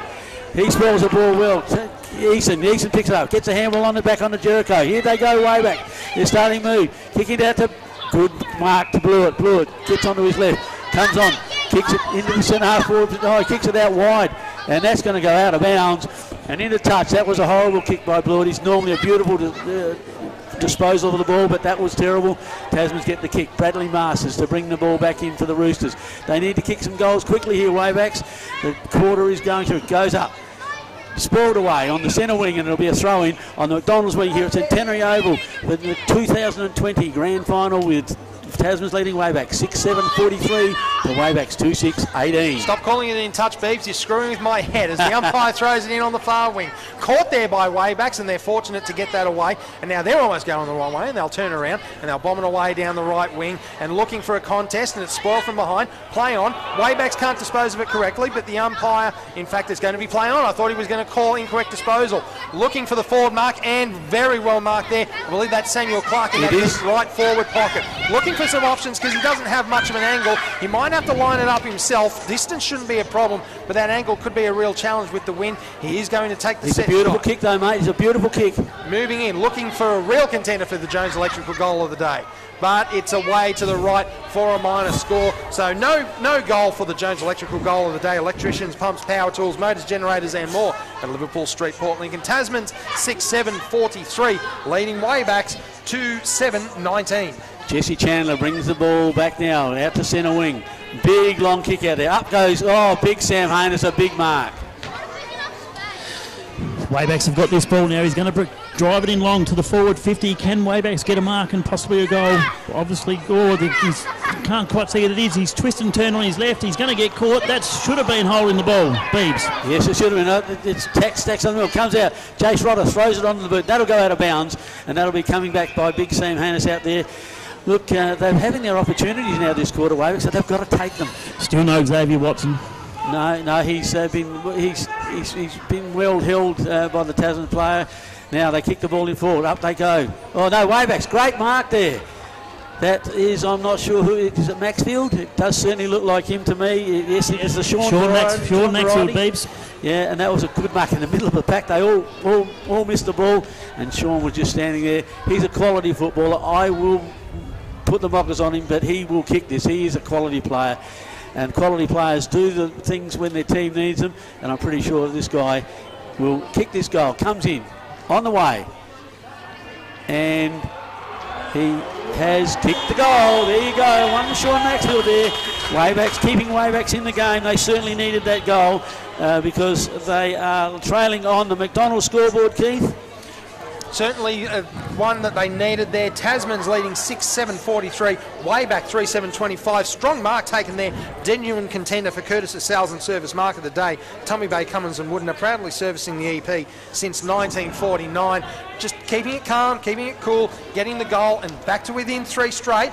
They're a chance here. Umpire looks to ball it up, just waiting for the signal, and all the trainers and runners to run away, and now the ball does go up. And tapped down, won by Tasman's, immediately tapped back forward by Waybacks, and now it's another contest, and it's not coming out of there, and the umpire is straight in there. We've had 15.5 minutes on the Port Lincoln Boat Supplies time clock for everything in and on the water. Porter Street, Port Lincoln in this third term. Tasman 6-7-43, Waybacks 3-7-25. Ball rumbling forward, there's a contest on the ground and everybody wants a piece of it. And the umpire says, well, you guys have had your turn, now it's my turn. He'll take the ball and he'll ball it up just inside the centre square. Coming forward is Tasman, they win the tap down. Certainly going back, but Waybacks there wanting to spoil and crumb. And now Waybacks win the crumbs, but now Waybacks have an opportunity to get into the forward 50 through Thomas Eason. It's spoiled at the back there, Maxfield has another chance and he handballs away and he shanked it. James Blewett had an open goal square and I shouldn't say an open goal square, he had men in there, but he had an easy shot and he shanked it away to the left. That could be a real problem for Waybacks. Tasman 6 goals, 7-43. Waybacks 3 goals, 8-26. And Sean Maxwell now going forward into the pocket, looking for and finding Sam Clark again. Another good mark in virtually the same spot where he missed one a minute ago. He's looking now. He's looking to pass off. No, he's going to settle now and he's going to kick it. That goal that Blewett missed, the same as Billy Havich, I think, but he got a point and Havich got nothing. This is going to be a must goal here for Waybacks. Yes, they've had all the deep into the third quarter. Yeah, they've had all the attack. They need to put it on the scoreboard. That's not going to be a goal. Can they take a mark, Waybacks? Ball comes to ground. Good tackle, held in there. Waybacks again, tackled again, gets the ball out. And the umpire says, throw it in. Right in deep in the left forward pocket. Waybacks strong in attack now. They're starting to get back into this game, boys. I think they can feel a little bit of a swing here, and they kick a goal here. I think they're back in the game. Tasman's flooding back. They've only got one player forward of the centre square, and now tapped down. Waybacks looking to get something happening. Tasman's crumbing it at the back. They decide to get it away, and it's once again hustled over the boundary line for another throw in the deep left forward pocket. But certainly they are flooding back Tasman's, not giving Wayback any opportunity. There's one player, there's one contest down in the Tasman forward attacking zone. Everybody else is around the ball. Tasman's trying to lock it down, and now it comes away. Right foot snap is away to the left. It was almost one there for Sean Maxfield. That would have really blown this game wide open. And they play on quickly from the back after the behind was given. And now Tasman's crumb the ball down and they look to the centre, and that's a strong mark, I believe. Well, Jesse Chandler, mate. He's paid for the high contact anyway, and now Tasman will clear with Chandler going down that left wing, but it's all Waybacks, I should say, until Tasman get to the contest late. Socket off the ground forward, and Waybacks first one's there. Handball away. They decide to come second man in, and the handball misses, unfortunately. It's knocked down. We're playing on, and now it's a great one-hander mark, and he looked to play on there. I think that's Ben Sampson, but he decided to go back, and now he wants to take a shot. Some of the Tasman's fans, they're not happy that he was allowed to go back and take the set shot. They thought he was going to play on, and he's going to give this everything. He's almost gone back to the centre to run this one in, and here he comes. Lines it up. He really reefs that. Distance shouldn't be a problem. He's got it. Waiting, and it's given. So Ben Sampson, a big mark and a big content. So it goes back to back. Curtis' sales and service mark of the day turns into Jones Electrical goal of the day, and now this game is really starting to turn into something. It's Tasman 6 goals, 7-43. Wayback 4 goals, 9-33 on the McDonald scoreboard. Okay, we're back in. It's a great goal by Sampson. Waybacks are well on top, David. They certainly are, and I'll tell you what, if they get a little bit more momentum, well, they've got the momentum, just a few more minutes left in this quarter, another goal, and this is game on. Yeah. Well, that could also be the complete business and accounting player of the day. Greatest success for you is partnering with us, Beebs. Up they go. Jackson on against Kelch. Big Cody Mason gets it out. Tasman's in front. Can't take. Yes, he's got a mark. No, he's paid the free kick. Holding the man. Yeah, Jacob Collins now looking to go forward. Tasman's need to steady her. Up they go. Looking for Johan Wagner. Can't take the mark. Wagner playing for the free kick. Jericho on top now back there. Takes him up. Oh, Cooper Tansel. Well done, lad. Got it through. The hand will go straight to Cody Rosala. Now, Tasman's not sure where they're going there. The ball still in play. Here it comes. Jericho. Reese Binky gets it. Goes to Crenton. On to Crenton. Goes out wide looking for... play on, calls the umpire. Comes to ground. The ball now. Jared Seal against the Wayback. Wagner trying to get the ball. Umpire says, holding the ball. There's a big call in favour of Tasman's there. And there's a player down, and that's Rory Hunt. Looks like he may have done a shoulder here. Has he ruled in favour of yes. As a matter of fact, I thought he put the arm up for Waybacks in the first incidence. No, definitely for Jared Seal. Jared Seal will have a shot from about 35 out. A big kick here for to the Roosters, boys.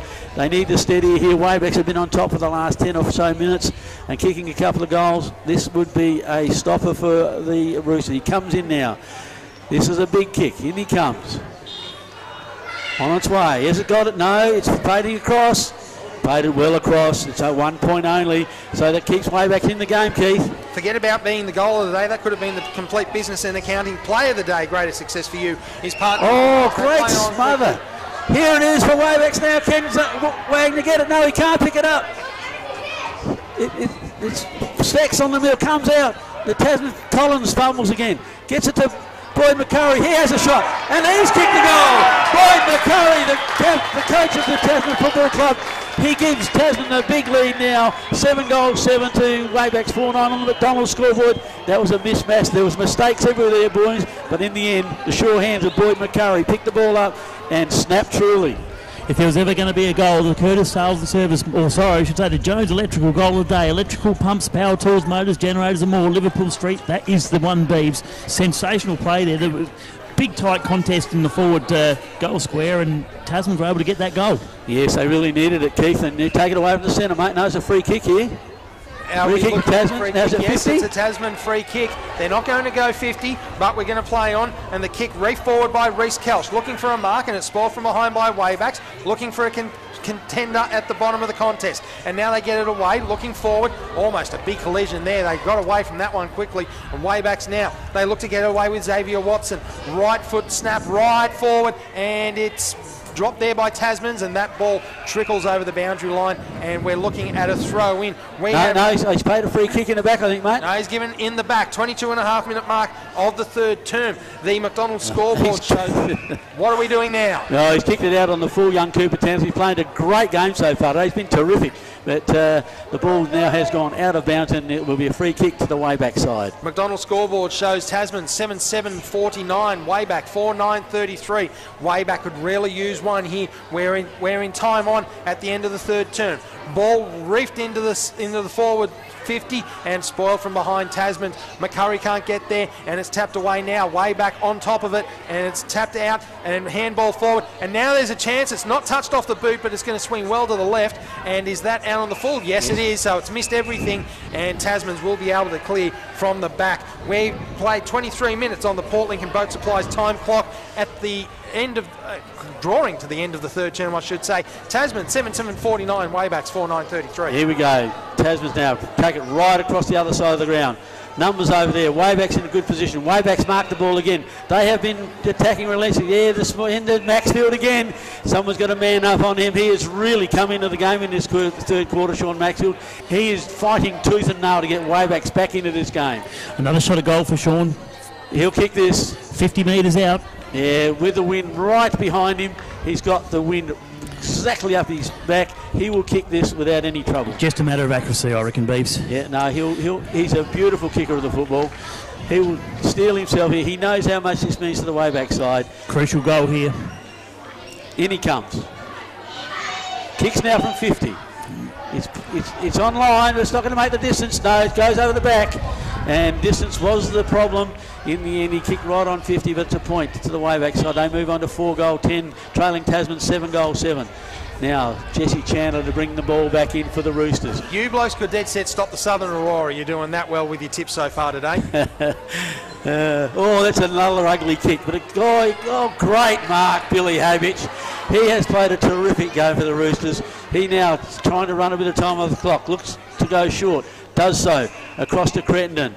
And that is in the Michael variety. Okay, now he's taking Tasman now, slowing the game right down. They're trying to run a bit of time off the clock and say, let's have this lead at three-quarter time and come home with the breeze and hopefully take out the 2020 Premiership. Waybacks now, get the ball, get away. Oh, well smothered. Beautifully smothered by the Tasman. It was young Billy Havich again, Keith. He's doing a wonderful job out there. He is absolutely everywhere. He might be responsible for every opportunity with the complete business and accounting player of the day. Umpire to throw the ball in on the far side on the McDonald's wing centre field. Ball thrown in now, looking at the contest, and Tasman's get first hands, but WAYBACK managed to get the kick out. And it's contested again and brought down by Tasman's with Jace Rodder. And now the ball shoots out, going forward towards the Tasman attacking goal and looking to crumb there and try and get the ball away. And it looks as though that we're going to have another throw in the left half forward pocket. Tasman's attacking goal at the Lincoln Cinema end of Centenary Oval. They're running left to right on your radio dial. We have had almost 26 minutes in the third term. It's a long term, and Tasmans have got the 15-point benefit. Hooked around the body, and it's cleared from behind, spoiled by WAYBACKs. They try and get the handball away. McCurry's there, but they can't get there before it's spoiled away once again by WAYBACKs. The bounce again eludes Tasmans. WAYBACKs must have put some sort of tracking device in the ball. They're getting all the bounces. The siren will beat them. The Port Lincoln Boat Supplies time clock beats them after 26 minutes, and it is three-quarter time in the 2020 Port Lincoln Football League Grand Final at Centenary Oval. The McDonald's scoreboard. McDonald's monopoly is back. Peel, play and win today. Visit mcdonalds.com.au for full terms and conditions, and it's looking good. It is looking good for a three-peat for Tasmans. They lead WAYBACKs at three-quarter time, 7 goals, 7:49 to 4 goals, 10:34. Beebs and Barrow will have their thoughts on the third quarter next. You're listening to live coverage of the 2020 Port Lincoln Football League Grand Final on 765 5CC.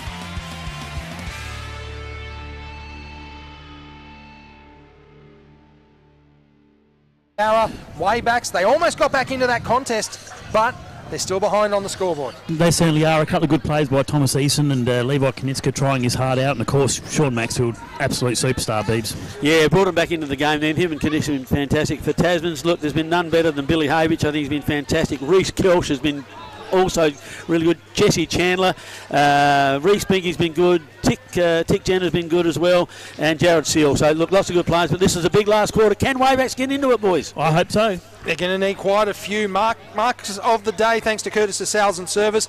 Waybacks could use quite a few complete business and accounting plays of the day. Umpire waiting for something. I'm not sure exactly what he is. Now he raises the ball. Siren goes, and he will ball it up, and we are underway in the fourth and final quarter. Contest won by Waybacks, gets it back again, and Tasman straight on top to make sure that the ball doesn't go anywhere, and I think that's all that we'll be seeing in this fourth and final term. Just an effort from Tasman's to kill the ball at every opportunity. Contest won once again by Waybacks, tapping forward, contest and cleaned up at the bottom there by Waybacks. Long kick forward by Xavier Watson, it's spoiled, and now it comes out to the side, and they're looking to bomb forward again, looking to get into that forward 50. They do, but they can't get a clean grab, and now ball around the corner off the left boot. Not a great kick there from Jonty Seal, but now there's hands on the ball. There's players everywhere. That's got to be high, and there will be a free paid for the high shot. And we'll just wait and see who's got hands on the ball as they rise up, and that is going to be Liam Ricks lining up for Waybacks, and they could really use this one to start the term off on the right foot, getting them back to within 10 points. That's a big effort, and if he can nail this, it's a definite contender for the Jones Electrical goal of the day, Beebs. Yes, here he comes. This is a very, very important kick to get him right back into the game here. Lines it up. Off it goes, not going to make the distance. Oh, big hands up. Reece Kells drops the mark. Comes down now. Waybacks trying to get a foot to the ball. The ball's in the goal square. There is so many players in there. There's no way that football was coming out of there. Oh, I thought that was it's amazing. That wind a little bit stronger than you think. He couldn't kick into the distance there, Dave. Tied legs in the fourth quarter. The ball's bounced up. No one can really get their hands on the ball, but now Tasman's car, and they're going to clear this out to the half-forward flank, Keith. No, he dropped. No, couldn't take the mark, unfortunately. There was Jackson Norton. The ball gets fired straight back in, and who's going to take it? Cody Mason. And it's a great take by Cody Mason at the back for Tasman, and he'll just settle things down and just wait for things to unfold in front of him before he decides to go short. And it's an absolute belter of a kick. In fact, it's a howler. It's a Barry Crocker. And now Waybacks, they're going to get the free on the base. No, it was touched. No, it was touched. The ball was touched, so we'll have the throw in the left forward pocket for Waybacks. They need a goal, and they need one soon. Great tap out one by Waybacks there, dribbling towards the boundary line, and it eventually, yes, it does go over. The umpires make a liar out of me. Jonty Seal tried to keep that one in, and I thought he did, but couldn't do it in the end. Umpire throws it back in. Contest won by Waybacks at the back, and Tasman straight on top of that in the contest, making sure that that ball is going to be tied up just as long as they can. 2.5 minutes gone on the Port Lincoln Boat Supplies time clock in the final quarter. McDonald's scoreboard, Tasman 7-8-50, Waybacks 4-10-34. Ball going out to centre wing now. The pack flies up. No, umpire calls play on. I'm not sure who that is. Yes, Big Sam Haynes. Oh, handballs. That's handballs. Oh, tucked the knock. Well done to the Tasman player. Gets the ball on now. Out and yes, it's he's dropped. Oh, he's done a hamstring. Oh, looking ugly, and now he'll look up and he'll get the kick away, looking forward and that's a great spoil from behind. Cody Rosalia, the ball's touched, play on. Billy Havage, have a look at the pace on him. He plays on, goes around. Will he mistick this one? No, he's missed again.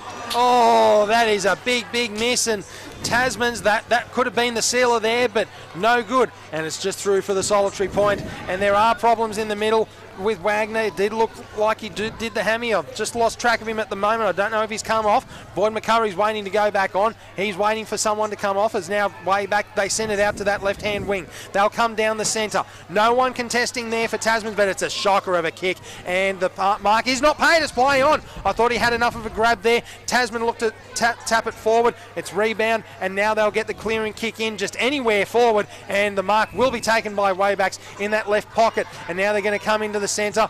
Or could have been pinned there with the football. It's not a great kick, but Waybacks will get there first to the contest. No push in the back, it's play on, no tripping call either, and now that's high. It's got to be a high call, and it will be a free kick going there to James Blewett, and we've got Barra firing up in front of us. Sit down, you idiot. Tough play there by Blewett. He's going to drive this ball into the forward 50, or he's going to go across the ground. I'm not sure what he's doing there, but there's going to be a safe mark here, Beebs. Yes, Sampson takes a mark, plays on, brings it back to the other side again. They're playing ring around the rosy, up it goes. Oh, good mark. No, he's paid, play on. The ball comes out. Jace Rod attacks it. Wayback player, the stacks on the middle again. Jared Seal takes it. He's called holding the ball. Didn't get his foot to the ball. The umpire says that this looks like Liam Ricks again. Now he's gone to Blewett. Blewett now takes it at centre half forward. Looking, where is he going to go? It's a crowded forward line in there. Where do I kick it, he says. I'm trying to find a gap. Comes out wide. Looking for the lead of Jonty Seal. There's plenty of players there. Ball goes up. Comes down to Goodwin. He can't get free. Now the Wayback player gets the handball out. Brad Masters gets the ball on. Billy Havage gets out of bounds. Gets around the player. Oh, that's a... Oh, Binky can't take the mark. Tick Jenner gets the handball, gets on the Wayback player again. Umpire says play on. Jace Rotto just boots the ball wide. It's one Tasman player to three-way. Jericho takes him out. Up comes Benny Daniels. Can't pick it up. Takes one grab. The ball goes to the ground again. Montgomery picks up the ball. Good handball out to Jericho. Jericho on it to, that would look like Kaniska. Kaniska kicks it up forward. Masters spoil. Good spoil. Here comes big Reggie Mason. Takes the ball out. Just boots it. Boom. Away she goes. Ben Daniels spoils the ball to the ground. Looks like Harris now trying to pick the ball up. He can't pick it up. The player's on hands and knees. Pulls his shorts up. The tackle on Big Haynes was a great tackle. There's some pressure out there, boys. Plenty of pressure going in on the tackle. Thought it might have been maybe in the back or even tackle without the ball, but then again, probably able to get away with that in this game. I've got to remember myself again. Ball comes into the centre square. Plenty of time there for an easy mark for Cody Mason. He stood tall there. Not that he needed to, because there was almost no Wayback contending there, and now he's got time on his side. 6 minutes gone. Final term on the Port Lincoln Boat Supplies time clock, and Tasman, they look content just to run this down. Waybacks are going to have to try and apply a bit of pressure coming down that left wing now. Well contested there, but unfortunately can't mark it. Levi Konitska. Ball spoils to the ground, and now Waybacks caught in possession. Was there prior opportunity? Umpire says no. He's going to take his turn with ball in hand. Big mistake, boys. If the Tasman's trying to run the clock down now, it's way too long to go. They've got to kick in at least another goal to win this game. Waybacks won't stop trying, so I think at this stage of the game they still need to keep attacking Barra. They most certainly do. They've got to get their skill level up too. Wayback's really struggling to take the simplest of marks, and it's costing them dearly. Might also want to clarify what the score is. I've got a 7 goals 9 for Tasmans, and there's also a 7 goals 8 for Tasmans on another board that I'm looking at. Great mark taken for Tasmans. Ben Daniels as well. Ben Daniels. Big mark just inside the centre 50. It's going to be a big ask to go all the way home from there, and already Waybacks are flooding back. They've got 3 standing on the goal line waiting for Ben Daniels to fly in. Really strong mark there for Curtis's Sales and Service. Tumby Bay, Cummins and Woodner proudly servicing the EP since 1949, and if he can get this, not only will it be a Jones Electrical goal of the day, it'll be a complete business accounting play of the day, and could be the play that seals the decider. Struggle for the distance here, I think, Keith. It'll be a big kick, especially late in the day, if he can kick this. Comes running in now, stuttering runner, goes long. It's hooking. It's hooking. Oh no, just to the right hand side of the point. Was a good effort late in the game, but it's only a point to Tasmans. They move on to 7-8, leading Waybacks 4-10 on the McDonald's scoreboard. They bring the ball back in, short one. It looks like to Xavier Watson, I think, is it? No, it's a right footer, so it's not Xavier Watson. It's Jericho. He moves in and looks for Konitska, finds him with a beautiful kick. Wayback's just going to move this ball up the wing one by one. They go to centre wing now. Big pack forms. Jesse Chandler goes to the back. Who's at the back there? Waybacks, no, lose the ball. Crittenden. No, young Bill Cooper, but Cooper Tansel again. That's one thing he's got to do, a little bit of composure there. He just kicked that ball blindly, had plenty of time, and just kicked it out of the bounds and give the ball back to the Wayback side. Now, it looks like Maxfield, I reckon he's going to bring the ball back in. Going long. Goes long up to the half-forward line. Up they go. Big Reggie in front. He can't take the mark. The ball, Wayback, pounce on the ball. Tasman's are there as well. Wayback's come out with the ball. This player's going down like 9 pins. Comes out again. Tasman's Crittenden kicks it through. This will be another free kick, I'd imagine. No, Harris gets it. And he's pushed over the boundary line, and it'll be a throw-in right on centre wing there, across near the McDonald's flags here at the 2020 Grand Final. And the Port Lincoln Boat Supplies clock says 8 minutes 50 into the fourth quarter, the final quarter, and Waybacks could be running out of time, Beebs. Yes, they could be, but the ball's kicked forward by Waybacks. In front is Jonty Seal. He can't take the mark. Tasman, handball comes to Waybacks. The spoiled again, beautiful spoil. Waybacks are at the ball though. They've got numbers here. Well, brilliant smother by the Tasman player there. Cooper, Tansel picks up the ball. Tasmans take their time. Picked up beautifully off by Ticky Jenner, he goes close short. Jared Sewell gets the handball back to young Billy Hay. The ball, Waybacks come away with it again with Maxfield. Maxfield goes looking but can't find Jonty Seal. The ball going near the boundary line. Waybacks kick. Oh, there's a free kick. No, he says throw it in. The umpire says throw it in, Keith. It's out of bounds. Left forward pocket, there will be a throw in there. 7:10:52 Tasman's Waybacks, 4:10:34. Given all the momentum that's been Tasman's way, it's surprising that there's only 3 straight kicks in it. Ball kicked forward by Wayback. They get a touch off the boot, so it's play on. Crumbed on the ground there, could have almost been high, but it's going to be play on. And now the ball hooked back. And Wayback's trying to get in on there. Leading the way was Greg Maxfield. He's been in everything, and now the ball is cleared, and it's taken the mark there by Ian Jericho going back for it. He's in the centre square looking for some options. He decides to go short, and it's spoiled there by Tasman's, but Waybacks have got men there. But the first one through is Boyd McCurry, and he sends it out to that right wing where there's nobody. It is deserted out there and run down Wayback, and he's almost taken it over the boundary line, but it's play on according to the umpire. Is that correct disposal? No, it is not. And Tasman play on, and it's spoiled at the back there, and now they can clear Wayback if they can get the kick in, which they can, and now it's marked in the centre square by Tom Eason, who will go out to the left. There's going to be a contest here. Oh, that could almost be 50, but the umpire says he held the mark, and it's going to be fair play. So Reece Kelch will go back, and he'll go right across to that right wing. Still think it might be a little bit early. Still only 11 minutes gone in the final term on the Port Lincoln Boat Supplies time clock, and they will decide to go short, and they miss everything. Goes towards the boundary line, but Wayback keep it in. They're looking for some hand passes, and they go 1 and 2. And following up the middle for Wayback there is Jackson Norton, and he goes forward, looking for some options, but it's cut out there by Tasman. Little shove there on Reece Kelch, but it's ruled play on. Ball towards the boundary line, and it looks as though it's gone across, and the umpire rules throw it in. Tasman 7:10:52, Waybacks 4:10:34 on the McDonald's scoreboard. Port Lincoln Boat Supplies time clock shows 11 and a half gone, final term. Yeah, it's a tight quarter. Who's winning the 50-50 contest, Barra? Oh, for sure. I think it's Tasman's well and truly on top of most facets of the game, Beebs. As the ruckman fly again, or taken straight out of the ruck was the Wayback, and it's streaming forward. There's 2 or 3 of them here. They should try and sort this out and get it close to the goals. He's going to probably run and have a shot for goal. Is he? No. He was tackled as he kicked. Oh, Jesse Chandler again gets it on his wrong foot, but gets it out. And Jared Sewell can't take the mark. Gets back onto it. He's held without the ball, but the umpire says it's touched. There's some pressure that the Tasman defence is holding up very, very well. Most definitely. Running impacts is 2 and 3, and they're tackling really, really hard. Yeah, I think they need to get their forward line set up a little bit though. They've had plenty of the ball. They could be kicking goals. Anyway, the ball now. Waybacks get the ball. Xavier Watson gets onto his left. Puts it up with a hot spot. Oh, nearly Jonty Seal's taking the mark over the back. And this is a very, very important kick. If Waybacks have any chance to win this game, boys, they have to kick this goal. Well, if Waybacks are to go on and win it, I think that has to be the Curtis of Sales and Service Tommy Bay Cummins and Wooden mark of the day. It was a real specky. This bloke doesn't miss from here. Well done, Beebs. You've put the knocker on him. Up it goes. He hasn't made... Oh, big mark. Reece Kelch. What a game this fella's played.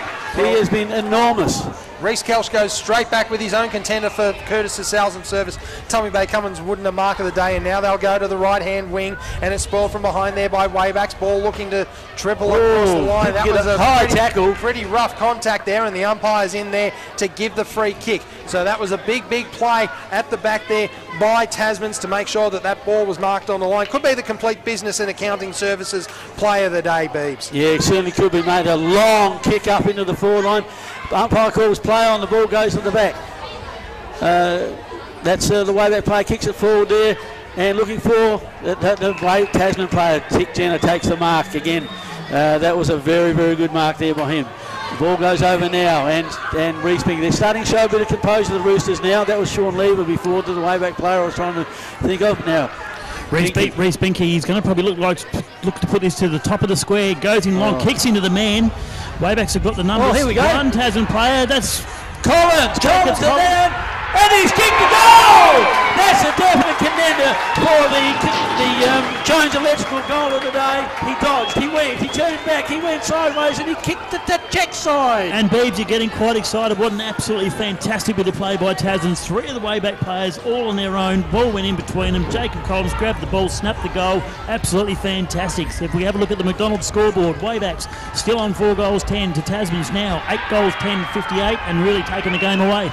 Port Lincoln Boat Supply's time clock shows 14 minutes gone in the final term. That could be the straw that broke the camel's back. It's now 4 straight kicks in favour of Tasman's. I don't know where Waybacks are going to find a way to get out of this, but certainly to wrap it up, seemingly, that's got to be the Jones Electrical goal of the day for sure. Tap down one by Tasman's, but Wayback Cromwell, and now they'll clear out of the centre square. Going forward into a contest, looking to score from behind Waybacks, they do, but they can't get clean ball, and Tasman's are all over that like a cheap suit, and it wasn't coming out there. Jace Rodder was not going to allow that to go anywhere. Yes, I've got plenty more cliches where that came from, Barra, but we'll let Beeb speak first. But how well did he tackle without taking the Wayback player high? Was a great effort. Reece Kelch again up against Haynes. The ball comes down. It's loose. Tasman's first to the foot. He gets the handball out to Reece Binky.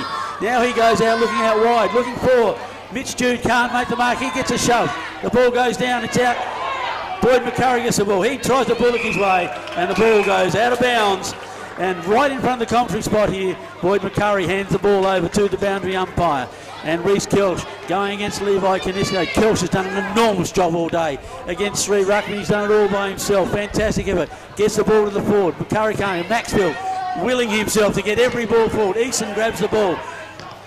Kicks the ball around his body. It's up in the air. Who's going to mark it? No one. Play on. It's picked up there. No, Wayback player drops the ball. Frost gets the ball, gets the handball out to Brad Masters. Brad Masters gets it now to Jesse Chandler's also been terrific today.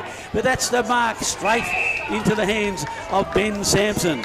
Ben Sampson marks just in front of the dugout here on the western side of Centenary Oval, just in front of the grandstand. He'll load up, goes back into the forward 50, looking to get a score from behind, but it's an absolutely sensational mark there, taken at the back by Tasman, and now they'll just run the clock down. I don't think Jesse Chandler wants to run it down just yet. 16 minutes gone in the final term, but I think he probably copped a little bit of a touch-up for his efforts, and now they'll try and work it down the left wing, Tasman, and a score from behind. Wayback's getting in their own way. They can't get out of their own way, unfortunately. Been the story of the day. Can't get clean possession, and now it's kicked socket off the ground by Waybacks, and Tasman once again straight onto it, and Chandler will clear into centre ground, and there's not too many options there. There's a bit of a shove, and surely there was a free kick there. Umpire calls play on, so now they'll bring it back in with Jericho. Will Waybacks. They'll look to that left-hand wing, and the mark will be taken out there. They've got to go, and they've got to go now, and they're trying to play on. Man on the mark, almost gets the tackle, but doesn't quite do it. Way back into the forward 50, and Tasman's,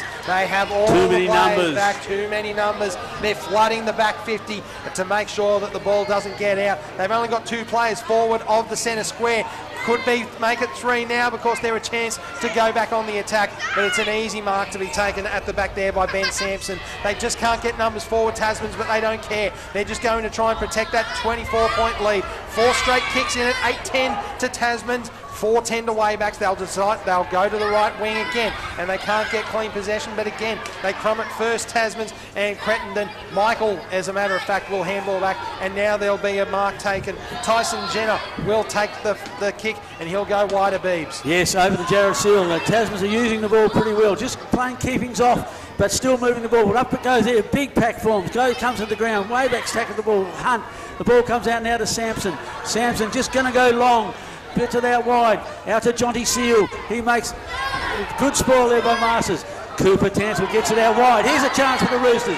Reece Binky runs it in, 50 metres out, looking out wide, and Cody Rosala just couldn't quite take the mark. And it's touched and it's out of bounds, deep in the left-hand pocket for the Roosters, and the clock is running down now to about 18 minutes. The boundary umpire throws the ball in.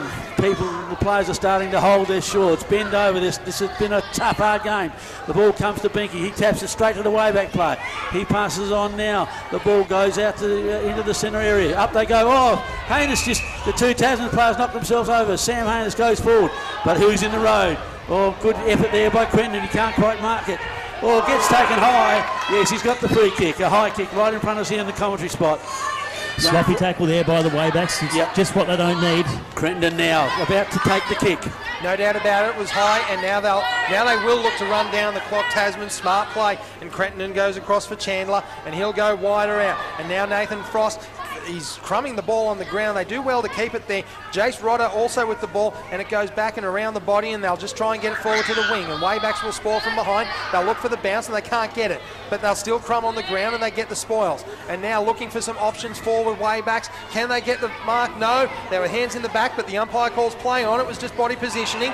Tackle completed, but now it's holding, and Tasmans will get the free kick. So too keen there, Waybacks, to try and create something out of nothing, and the ball will come back for Matthew Crittenden. 8 goals, 10-58. Tasman's leading Waybacks. 4 goals, 10-34 on the McDonald scoreboard. Port Lincoln Boat Supplies time clock. We're almost into time on. That we really do need a big play for Complete Business and Accounting Services if Waybacks are to get back into this game, Beebs. Yes, I don't think so. At this stage of the game, Tasman's still doing it pretty well. Levi Kniss got the free kick out there on the McDonald's wing.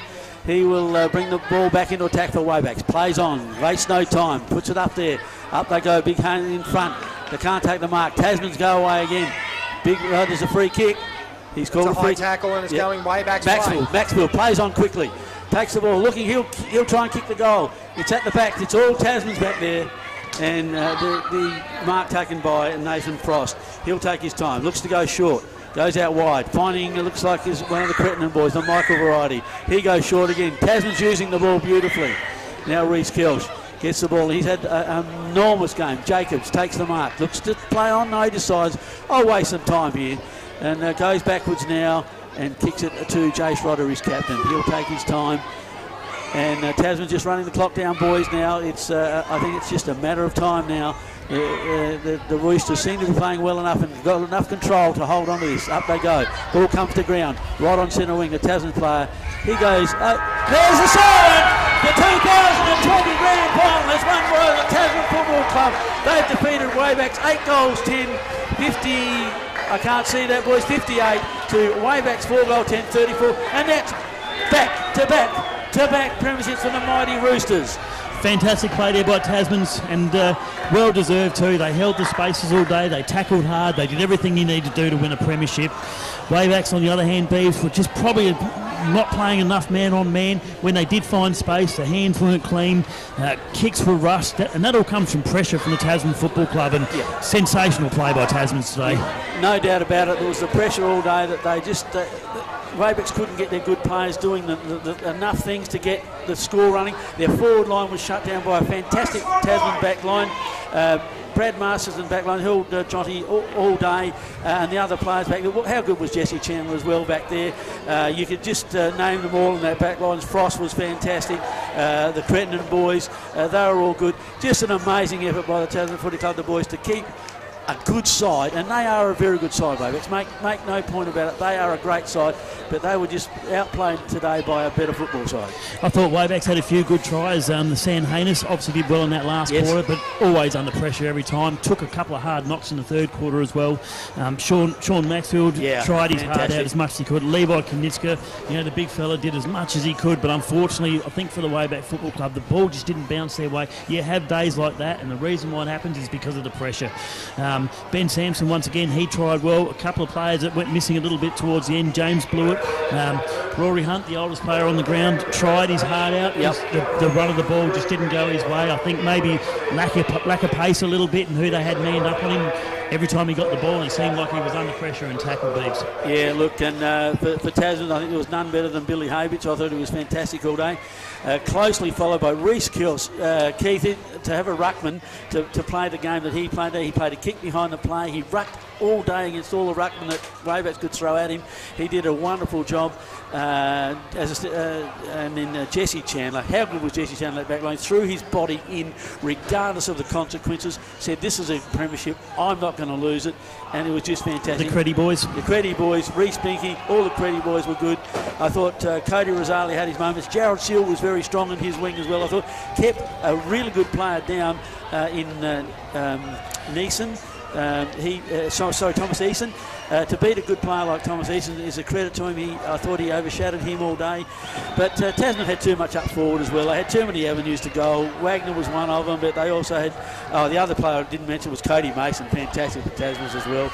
I think you could pick many players for the Tasman side that were where Waybacks, their best players, are a lot harder to find.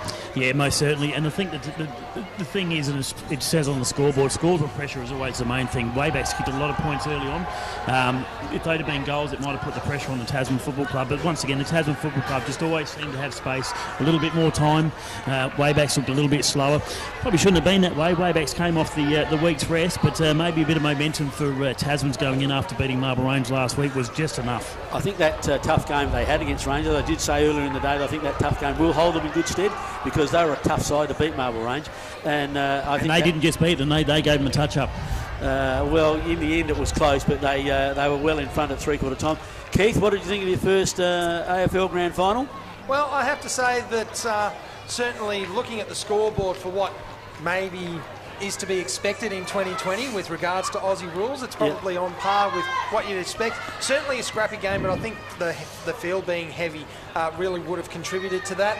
Not really able to get much away from those contests, and certainly a lot of time spent at the contest. But I think that probably suited Tasman's in the end because they were able just to commit a little bit more. They had that little bit more in the legs, as you said, that game last week as opposed to Waybacks having the week off.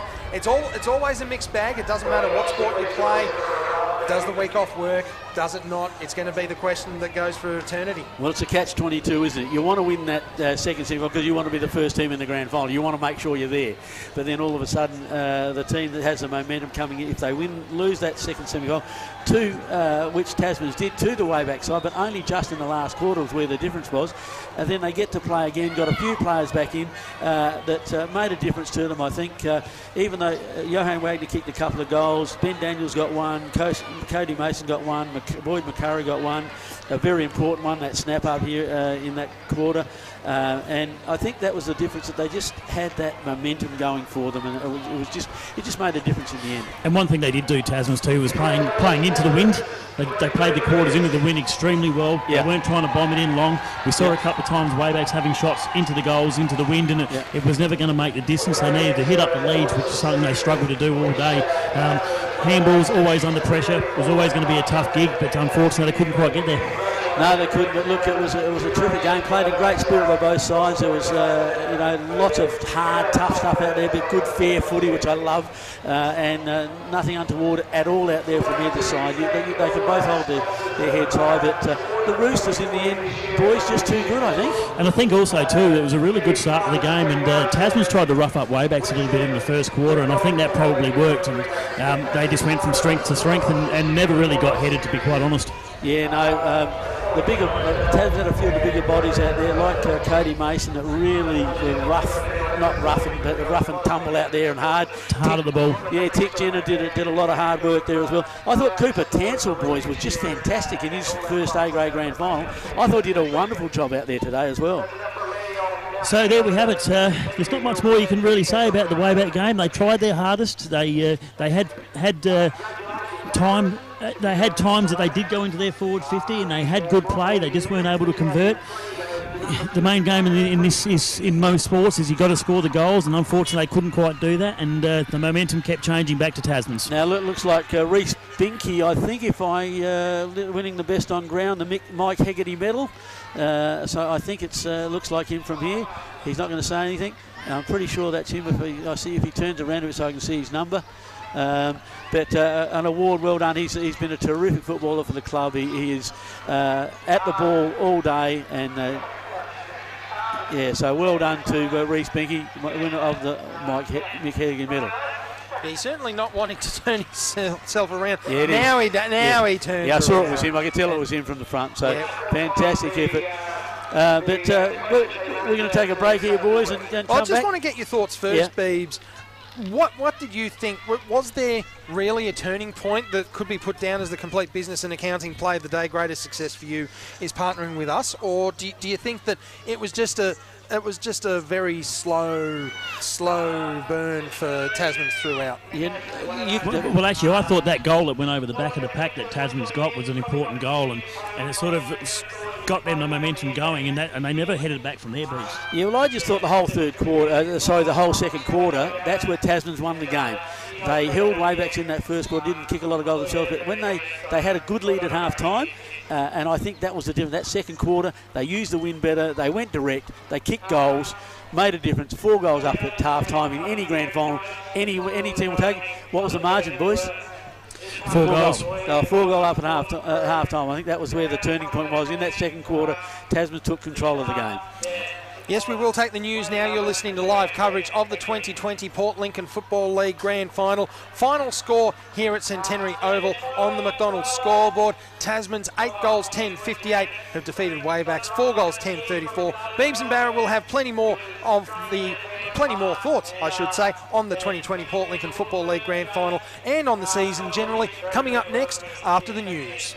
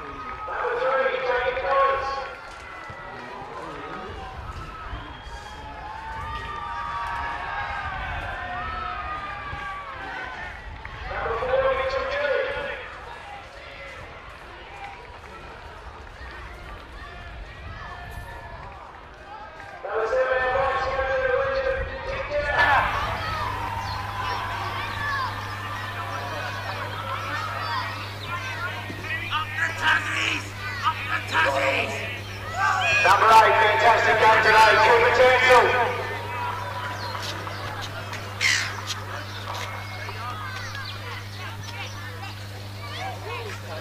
Number 9, we're looking after 3 Brendan boys, the awesome here, Michael Brendan.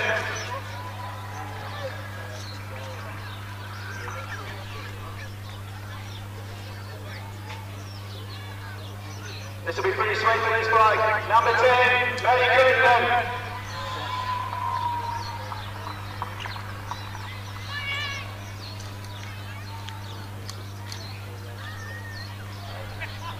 Number 11, fantastic in the back lines all day, Brad Masters.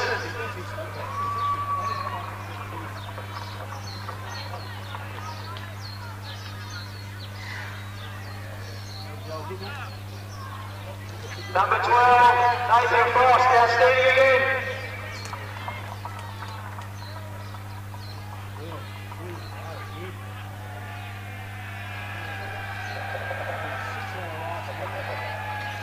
Number 14, Brent Harris, player.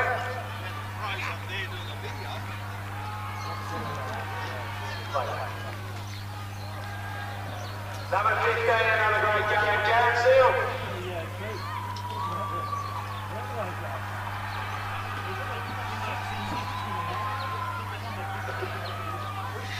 Number 17, Benny Daniels.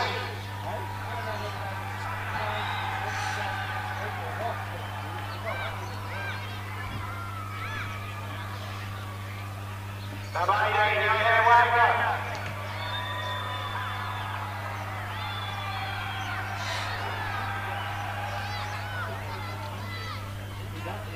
Number 9, the big man, awesome today, Reece Gilsh.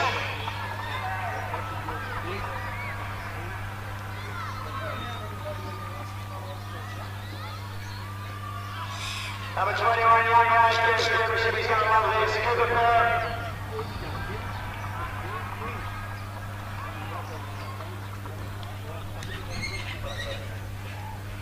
Number 22, the third character, Spoggy Brendan, Stephen.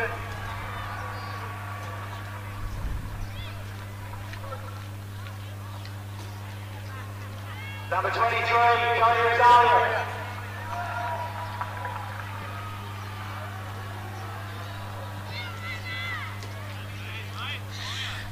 Number 24, best left foot in there, Peninsula, Jesse Chandler.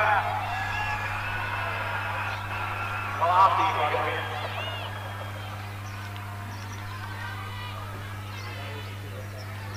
Number 25, big man, Cody Mason.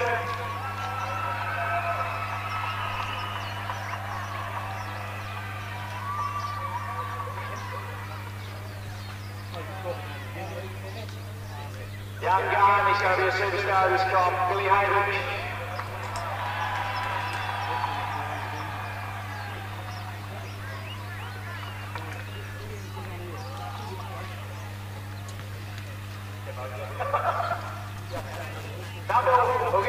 Number 1, our captain, Chase Roller, and number 6, Boyd McCurry, our coach.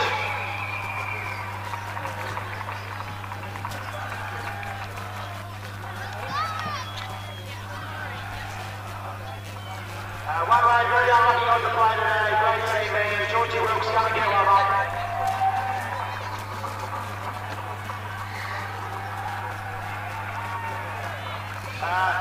Assistant coach, Andrew Wilford.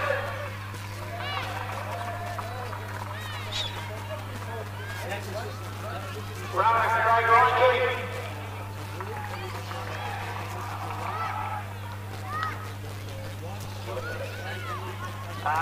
Trainers, fantastic. Roy Milligan. Keep going up, Tyler Allbonds. Belinda Curry. Brittany Milligan, handicap.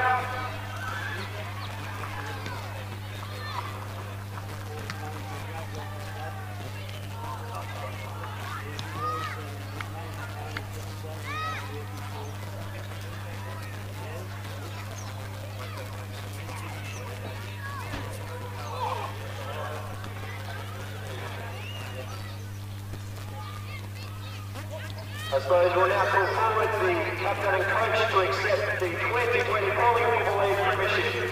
Congratulations, Tasman.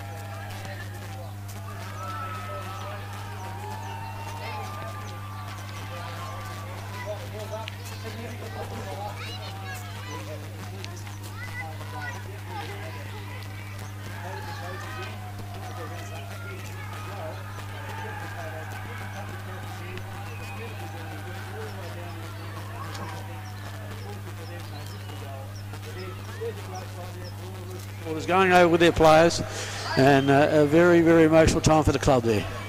So that makes it 3 in a row. It does, yeah, 3 in a row. They did it in 13, 14, 15, and also now done it in, 30, and then now in 7. Six out of the 9 premierships. Such a strong club, Tasman Football Club now. Yes, look, they've sort of built a bit of a dynasty. It's been a fantastic ride for them. Look, I'm not sure how much longer it can last. A lot of these players, I know, if it wasn't for COVID, wouldn't have been here this year. So they've held those players because of that and picked up some fantastic ones from up at Great Hills. That also goes for every team, though. I was just about to say, as every club has, picked up a lot of players as well. But I think next year, well, who knows? I think it's just an unknown for all clubs next year what's going to happen. And also something too, Mully Park not playing this year could have made a difference. They're also a strong club and play finals every year as well. So they do. WAYBACK Football Club had Levi Kaniska, who has been playing in the Great Flinders Football League. Xavier Watson, of course, Great Flinders Football League. Jackson Norton, you could rattle them all off. So every team had their teams that have their players that have come down from the other leagues and made the league as well. It's a good league anyway, but geez, it was almost like Walk Shield again, wasn't it? Yeah, look, some of the strongest footy you've seen because of the influx of all the players from other leagues, Great Flinders, Eastern Air, wherever you like, Far West, I think even Tasman a couple from Far West. It's made every team so strong within the Port Lincoln Footy League, lifting the standard of the reserves. The under-17s, under-15, all had players coming from other teams in the EP, so fantastic. You're getting some attention down there Roy Milligan, quite a happy person. Yeah, no, look, it's fantastic to see, and as I said, so many clubs have had players, and we'd like to thank all those leagues as well, just making this fantastic football this year in such a tough year. You can see by the crowd and the people coming to the footy, they really embraced the footy this year because they could get here and see and get out of the house. And thank you to also all the Port Lincoln clubs too for allowing these players to come in, because obviously there might have been some players that couldn't play because those numbers swelled quite astronomically. Clubs were having 50-60 players sort of thing. So it was very good of them to allow them in. I don't think there's been any malice by any players or anything like that, and it's just been a fantastic season, albeit quite a short season. Yeah, and that's the other thing I was saying, that why we don't know what's happening next year. How many of those players that didn't get a game this year will come back? You know, that's the big question. Are they upset because they didn't get a game? I don't think so. No, I think it's an understandable thing. Quite a few players, I think, actually thought the actual season wasn't going to go ahead, so were resided to the fact that they mightn't have been playing anyway. So, but definitely a great day for the Tasman Football Club. We've got some other results here, Beebs. Yeah, mate. Let's go from the day kicked off here at Centenary Oval at 8 a.m. this morning. These kids came out and played their grand final, and in the under-13s, Tasman's got over Lincoln South by 4 points in what I wasn't here for that game, but they tell me it was an amazing game of footy. Souths were on top early in the game, and then Tasman's came home with a wet sail and got over them by 4 points. I managed to catch the under-15 game. I was at work and I actually live streamed on the computer, and I can tell you what, Marble Range got over the line, but Lincoln South can hold their head high because it was an outstanding game. The actual skill level for these under-15s was fantastic. There was lots of good marks. There was lots of chains of handballs and passages of play. So, but Marble Range took out the under-15s by 3 odd goals. Yeah, and in the under-17s, again, this was a fantastic game of footy. Waybacks were on top of Tasman's quite well. Tasman missed a few opportunities early to kick goals, and then Waybacks took control. They were in front of most of the game. All of a sudden, in the last quarter, Tasman's got in front, but Waybacks found that inner strength that they needed to do. They've been a good side all year. They've been top with Tasman's. They've been toing and froing all year, but in the end, Waybacks got over the line by 5 points. Fully deserved premiership. Commiseration to the Tasman side. They did nothing wrong. They played great footy. But unfortunately there has to be a winner. Waybacks were the one by 5 points in under-17s. And of course we called the reserves game, Beebs, and Lincoln South, reigning premiers, they won it last year. They lost their captain halfway through the season, Braden Robinson, out to a knee injury, and he wasn't able to come back. It was a knee strain, but still wasn't able to come back.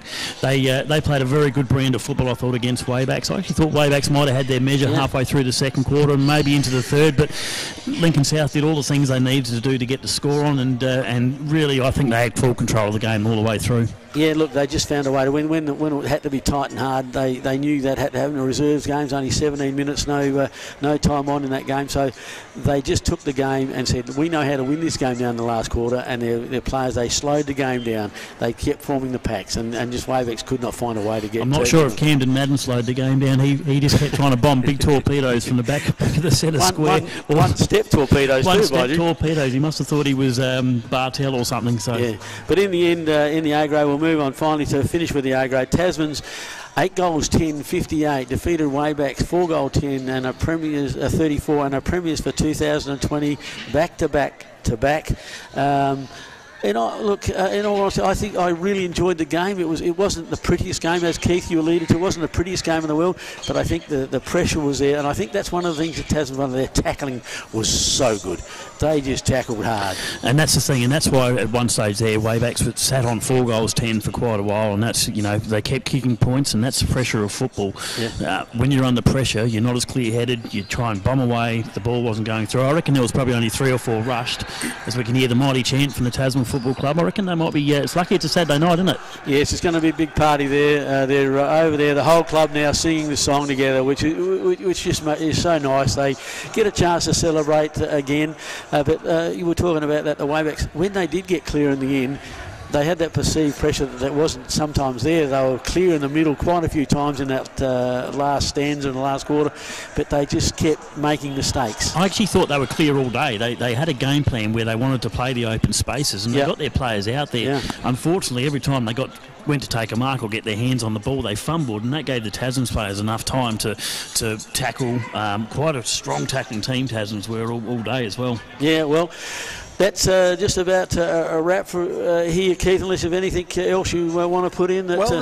We will have more coming up from Centenary Oval. It's a wrap on the season, but we do have 2021 to look forward to, and Beebs and Barra will have more on that next year at Centenary Oval. It is full-time in the A-grade grand final of the 2020 Port Lincoln Football League. I'll get that out in a moment. Tasman's 8 goals 10-58, defeating WAYBACK's 4 goals 10-34. We'll have more in a moment from Centenary Oval. You're listening to live coverage of the 2020 Port Lincoln Football League grand final on 765 5CC.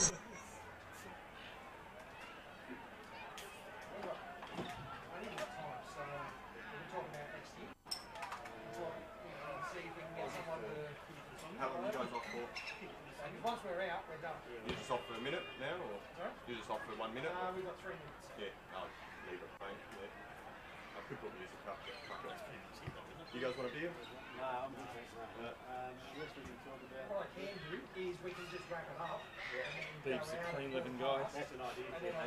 Beeb's a clean living guy. We've got the blankies. Just ask Ben to log on. I'll just go. So what is he going? No, yeah, that works. Have a look at your best players. Just go through the final best players. I've got 2 shots at once for these 2. No, you're doing well, though. I thought Sean Maxwell, I thought he was quite. I thought Cadets was their best. You were the best one. Oh, okay. So you're picking him. Sean Maxwell won.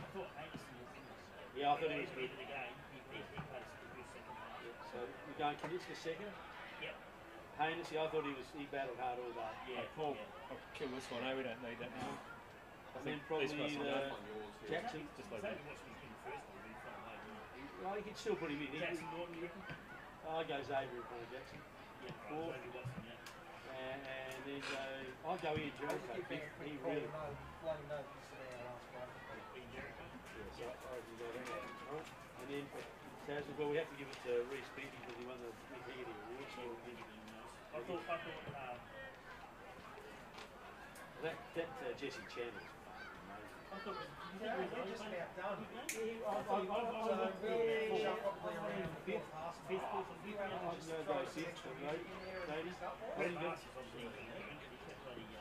We'll go Jesse Chandler in second, I reckon. And then third, I think, Masters is from there.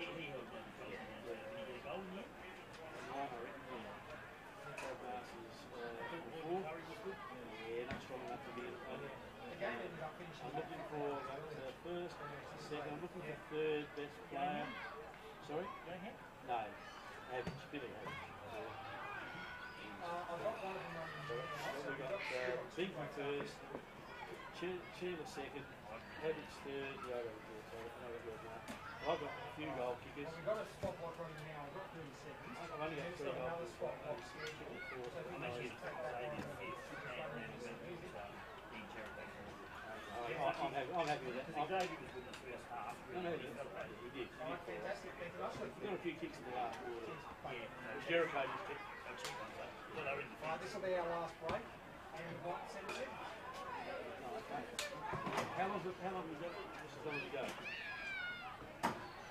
And we do it all thanks to McDonald's Port Lincoln, our #1 ticket holder. The Monopoly game at Macca's is back. Peel, play and win today. Visit mcdonalds.com.au for full terms and conditions. Gents, as you say, it's been a reduced season that we've had this season, but what do you see for the season 2021 if you want to make a bold prediction as what might happen next year? Oh, that's a tough call. I wish I had a crystal ball I could tell you, but look, I think with so many players going away from the league, I think it's going to be an absolute raffle at the start of the season. Who can retain as many players as they possibly can? Mallee Park, a lot of players will obviously go back. And Mallee Park's celebrating their 40th year next year, so they will come back into the competition. They'll come back bigger and stronger than ever. So my prediction early is that Mallee Park will be the team to beat already next year, even though Tasmans have just won the premiership.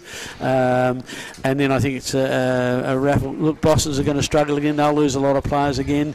South, can they maintain what they were a lot better this season? Look, I'll go Mallee Park to beat either Waybacks or Tasmans in the grand final next year. How's that for an early prediction? Yeah, I think Tasmans will probably still go ahead. Bit of an ageing side, but they did play 5 young people today, sort of things, which is good. So they'll come through. Who knows what's going to happen? Because I know that a few of the junior leagues did lose a few players early on because we didn't know if it was going to go ahead or not. Exactly. So same as in the soccer and stuff like that. So who knows who's going to be playing next year? Tasmans, well, they're structured really well. They are. They've got a good club structure. Same as Waybacks. Boston's of course struggling. South, well, they sort of came out of the blue a little bit, I thought. They did. Marble Range are always going to be around the market. If Marble Range miss finals, then they've got something going wrong. Again, they are my disappointment again for 2020. On paper, they were as good as any side in this competition, had a bit of a roll on, beat Waybacks, beat Tasmans, beat South all in the last round to come into the finals, the form side, then beat South in the first semi-final. They should have done better. They still are a bit of a disappointment to me. And to be honest, you have to actually say this, that Tasmans did have some injuries towards the end of the season. Exactly. And they were almost getting written off, as in, they are limping into the finals. Well, proof shows here that that's not the case. I nearly had them written off because I didn't think they could win, but they got those players back, and the players that came back in that were injured, like Tick Jenner, like Boyd McCurry, like Johan Wagner, those guys, they came back in and they weren't just numbers, they actually did a great job for the side. So that's where they lifted up for my minute. The injuries they had, they covered them better than any other club for this season, no doubt. So obviously we might as well talk about the best players, and I'm picking the Wayback ones. Yep. Beebs, and I thought for just the way he captained the side and the amount of ball that he did get was Sean Maxfield. Yep. Seemed to be everywhere that he could. Was always under pressure, but tried his heart out. I thought Levi Knitska as well fell away in the third quarter just a little bit, but still managed to get plenty of possessions and did a truckload of work. Third, Sam Haynes. I thought he played a really good game. He took some hard knocks in that second quarter. He made sure he was backing into the packs and copped a couple of knees. But a very strong boy. Ian Jericho tried his heart out, got plenty of the ball across the half-back line, was coming up to the half-forward line. And Xavier Watson, I think Xavier Watson might look at his game and think to himself that he probably wasn't quite there. He had a really, really good first quarter. He had plenty of the ball in the centre square, long left footers into the forward line. Unfortunately, Waybacks couldn't get the ball. And then once again in the last, he got plenty of the ball in the last quarter, purely and simply because he was defending so much. So that's my top 5. Yeah, and I'm just sorry guys, I'm just waving to my You've got your fan club down there. That's my daughter and my grandkids down there. 2 out of the 3 now that you have 3, Beebs? Yeah, I have 3. Yeah, so fantastic news about my daughter having her first baby. So that's brilliant news. They're my granddaughter. But look, Tasmans were just too good. They had many numbers, and picking their best players is I'd hate to leave some out. So I'm just going to go through them. Around about the 5th place, I've got Cody Rosalia. I think he did a good job on the wing. He was at the ball a lot harder than he'd been in the past few games. Did some beautiful things. And I thought he played a great game. I've got to put in with him. I'm going to put a few players in him, and I'm going to throw you right off here because I thought young Cooper Townsend was fantastic as well, putting him equal there. Then in 4th spot, I've got Brad Masters. He was fantastic on Johnny Seal, held him out fantastically well all day. That was a key match-up, and he won that battle. Won it hands down. There's no doubt about that at all. And then in 3rd spot, I'm actually putting 2 together in 3rd again because I reckon Reece Kelch in ruck was fantastic, dropping behind the plane. Do you just want to pick the whole team, Beats? Yeah, just about. It's easy. You should say all played well. But I thought Reece Kelch equal with Jesse Chandler. Jesse Chandler and that. Sorry, not Jesse Chandler, with Billy Habich. Billy Habich was on the ball, used his pace, missed a couple of goals. He could have put the game away a couple of times. Billy with a couple he missed really close. For sure. But he's young. He's inexperienced. How good is he? How good's his run? How good's his guts and determination? Fantastic. In 2nd spot, well, I think this guy was amazing all day. Jesse Chandler on the back lines. He just kept them out time and time again. Threw his body over the ball, took courageous marks, just ran through bodies and kicked the ball 50 or 60 minutes every time with that long left foot. Fantastic play. But and best on ground, who got the Mick Hegarty medal, Reece Binky had a fantastic final series as well as him and Billy Havich close together. But Reece Binky again, got plenty of the ball, was there through the midfield when you needed to, and a fantastic effort. And I could name another 5 or 6. Look, I think Jacob Collins had spurts there that he did a really good job. I thought Boyd McCurry's goal was really, really good. Yep. Jared Seal had a great game on the wing as well. Jared Seal, Ben Daniels on the half-forward flank here took a couple of really good strong marks and pack marks sort of thing. And a couple of the Creddy boys there. They were. And I haven't mentioned any of the Creddy in that as well. Well, that's probably almost a bit insulting because I reckon they were right up there as well. They're very methodical instigators of the game, aren't they? But when you're the winners, that's what happens. You find you look and you find players that have played well for the winning side, don't you? They don't panic. They always have plenty of time. Yeah. So look, fantastic effort. Tick Jenner was good as well, also, and those sort of things. And Brent Harris had his moments. Yowie Wagner kicked a couple of goals. Goalkeepers, Yowie Wagner got a couple of goals. Singles to Jacob Collins, Reece Binky, Boyd McCurry, Ben Daniels, and Cody Mason. So I think we mentioned one thing too for the games that we've seen. Sawn them off or what? Yeah. The umpiring absolutely outstanding today. A couple of the kids struggled with that win, trying to have the throw-in sort of thing. But I thought the main ground umpires did an absolutely outstanding job. Sammy did a fantastic job. I can't fault any of them. I think they did a good job. And the one thing I can't recall actually a poor decision. Well, what the big thing is, we didn't notice them, and that's the one thing as an umpire. You don't want to be noticed and have any influence on the game. Didn't have any influence, and I think that's and they can hold their head high because they've done a great job for the grand final in all through the grades. I think the Port Lincoln umpires panel, big pat on the back, really, really a good job, really, really well done and well supported. Keith, what do you got for us?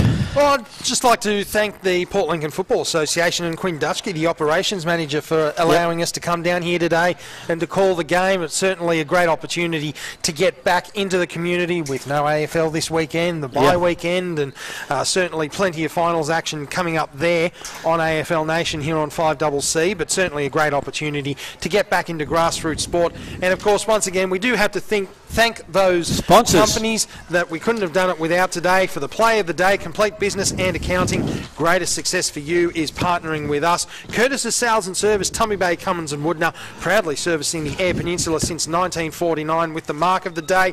Port Lincoln Boat Supply has brought us the time clock, and Barra's special comments for everything in and on the water. Porter Street, Port Lincoln. The goal of the day, thanks to Jones Electrical, electricians, pumps, power tools, motors, generators, and more at Liverpool Street, Port Lincoln. And where will we be without our number one ticket holder, McDonald's Port Lincoln? The Monopoly game at Macca's is back. Peel, play and win today. Visit mcdonalds.com.au for full T's and C's. Barra, it wasn't the Mortlock Shield, but did you have fun calling nonetheless? I thought you did a pretty outstanding job there, Keith, for an NRL supporter.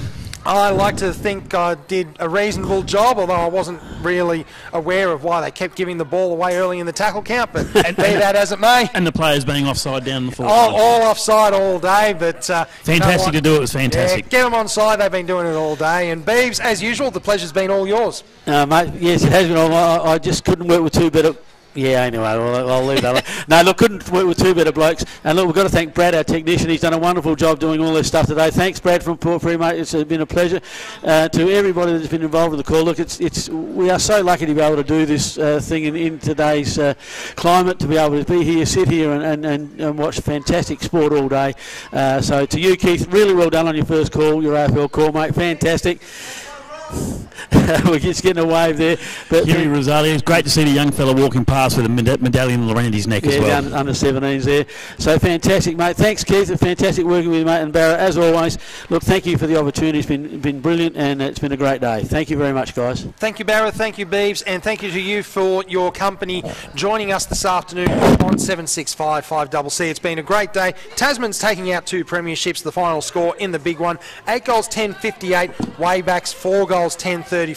Of course, Beebs will not be going too far away. We'll have him back on Monday on Good Morning EP to run through exactly what's happened in and over the weekend in the news when he does join me after 8 o'clock. And Good Morning EP is thanks to Port Lincoln Better Home Living, who offer finance so you can pay your way and take it home today. Been great having your company for the 2020 Port Lincoln Football League Grand Final. We hope to do it all again very soon. But for now, it's good afternoon from Centenary Oval.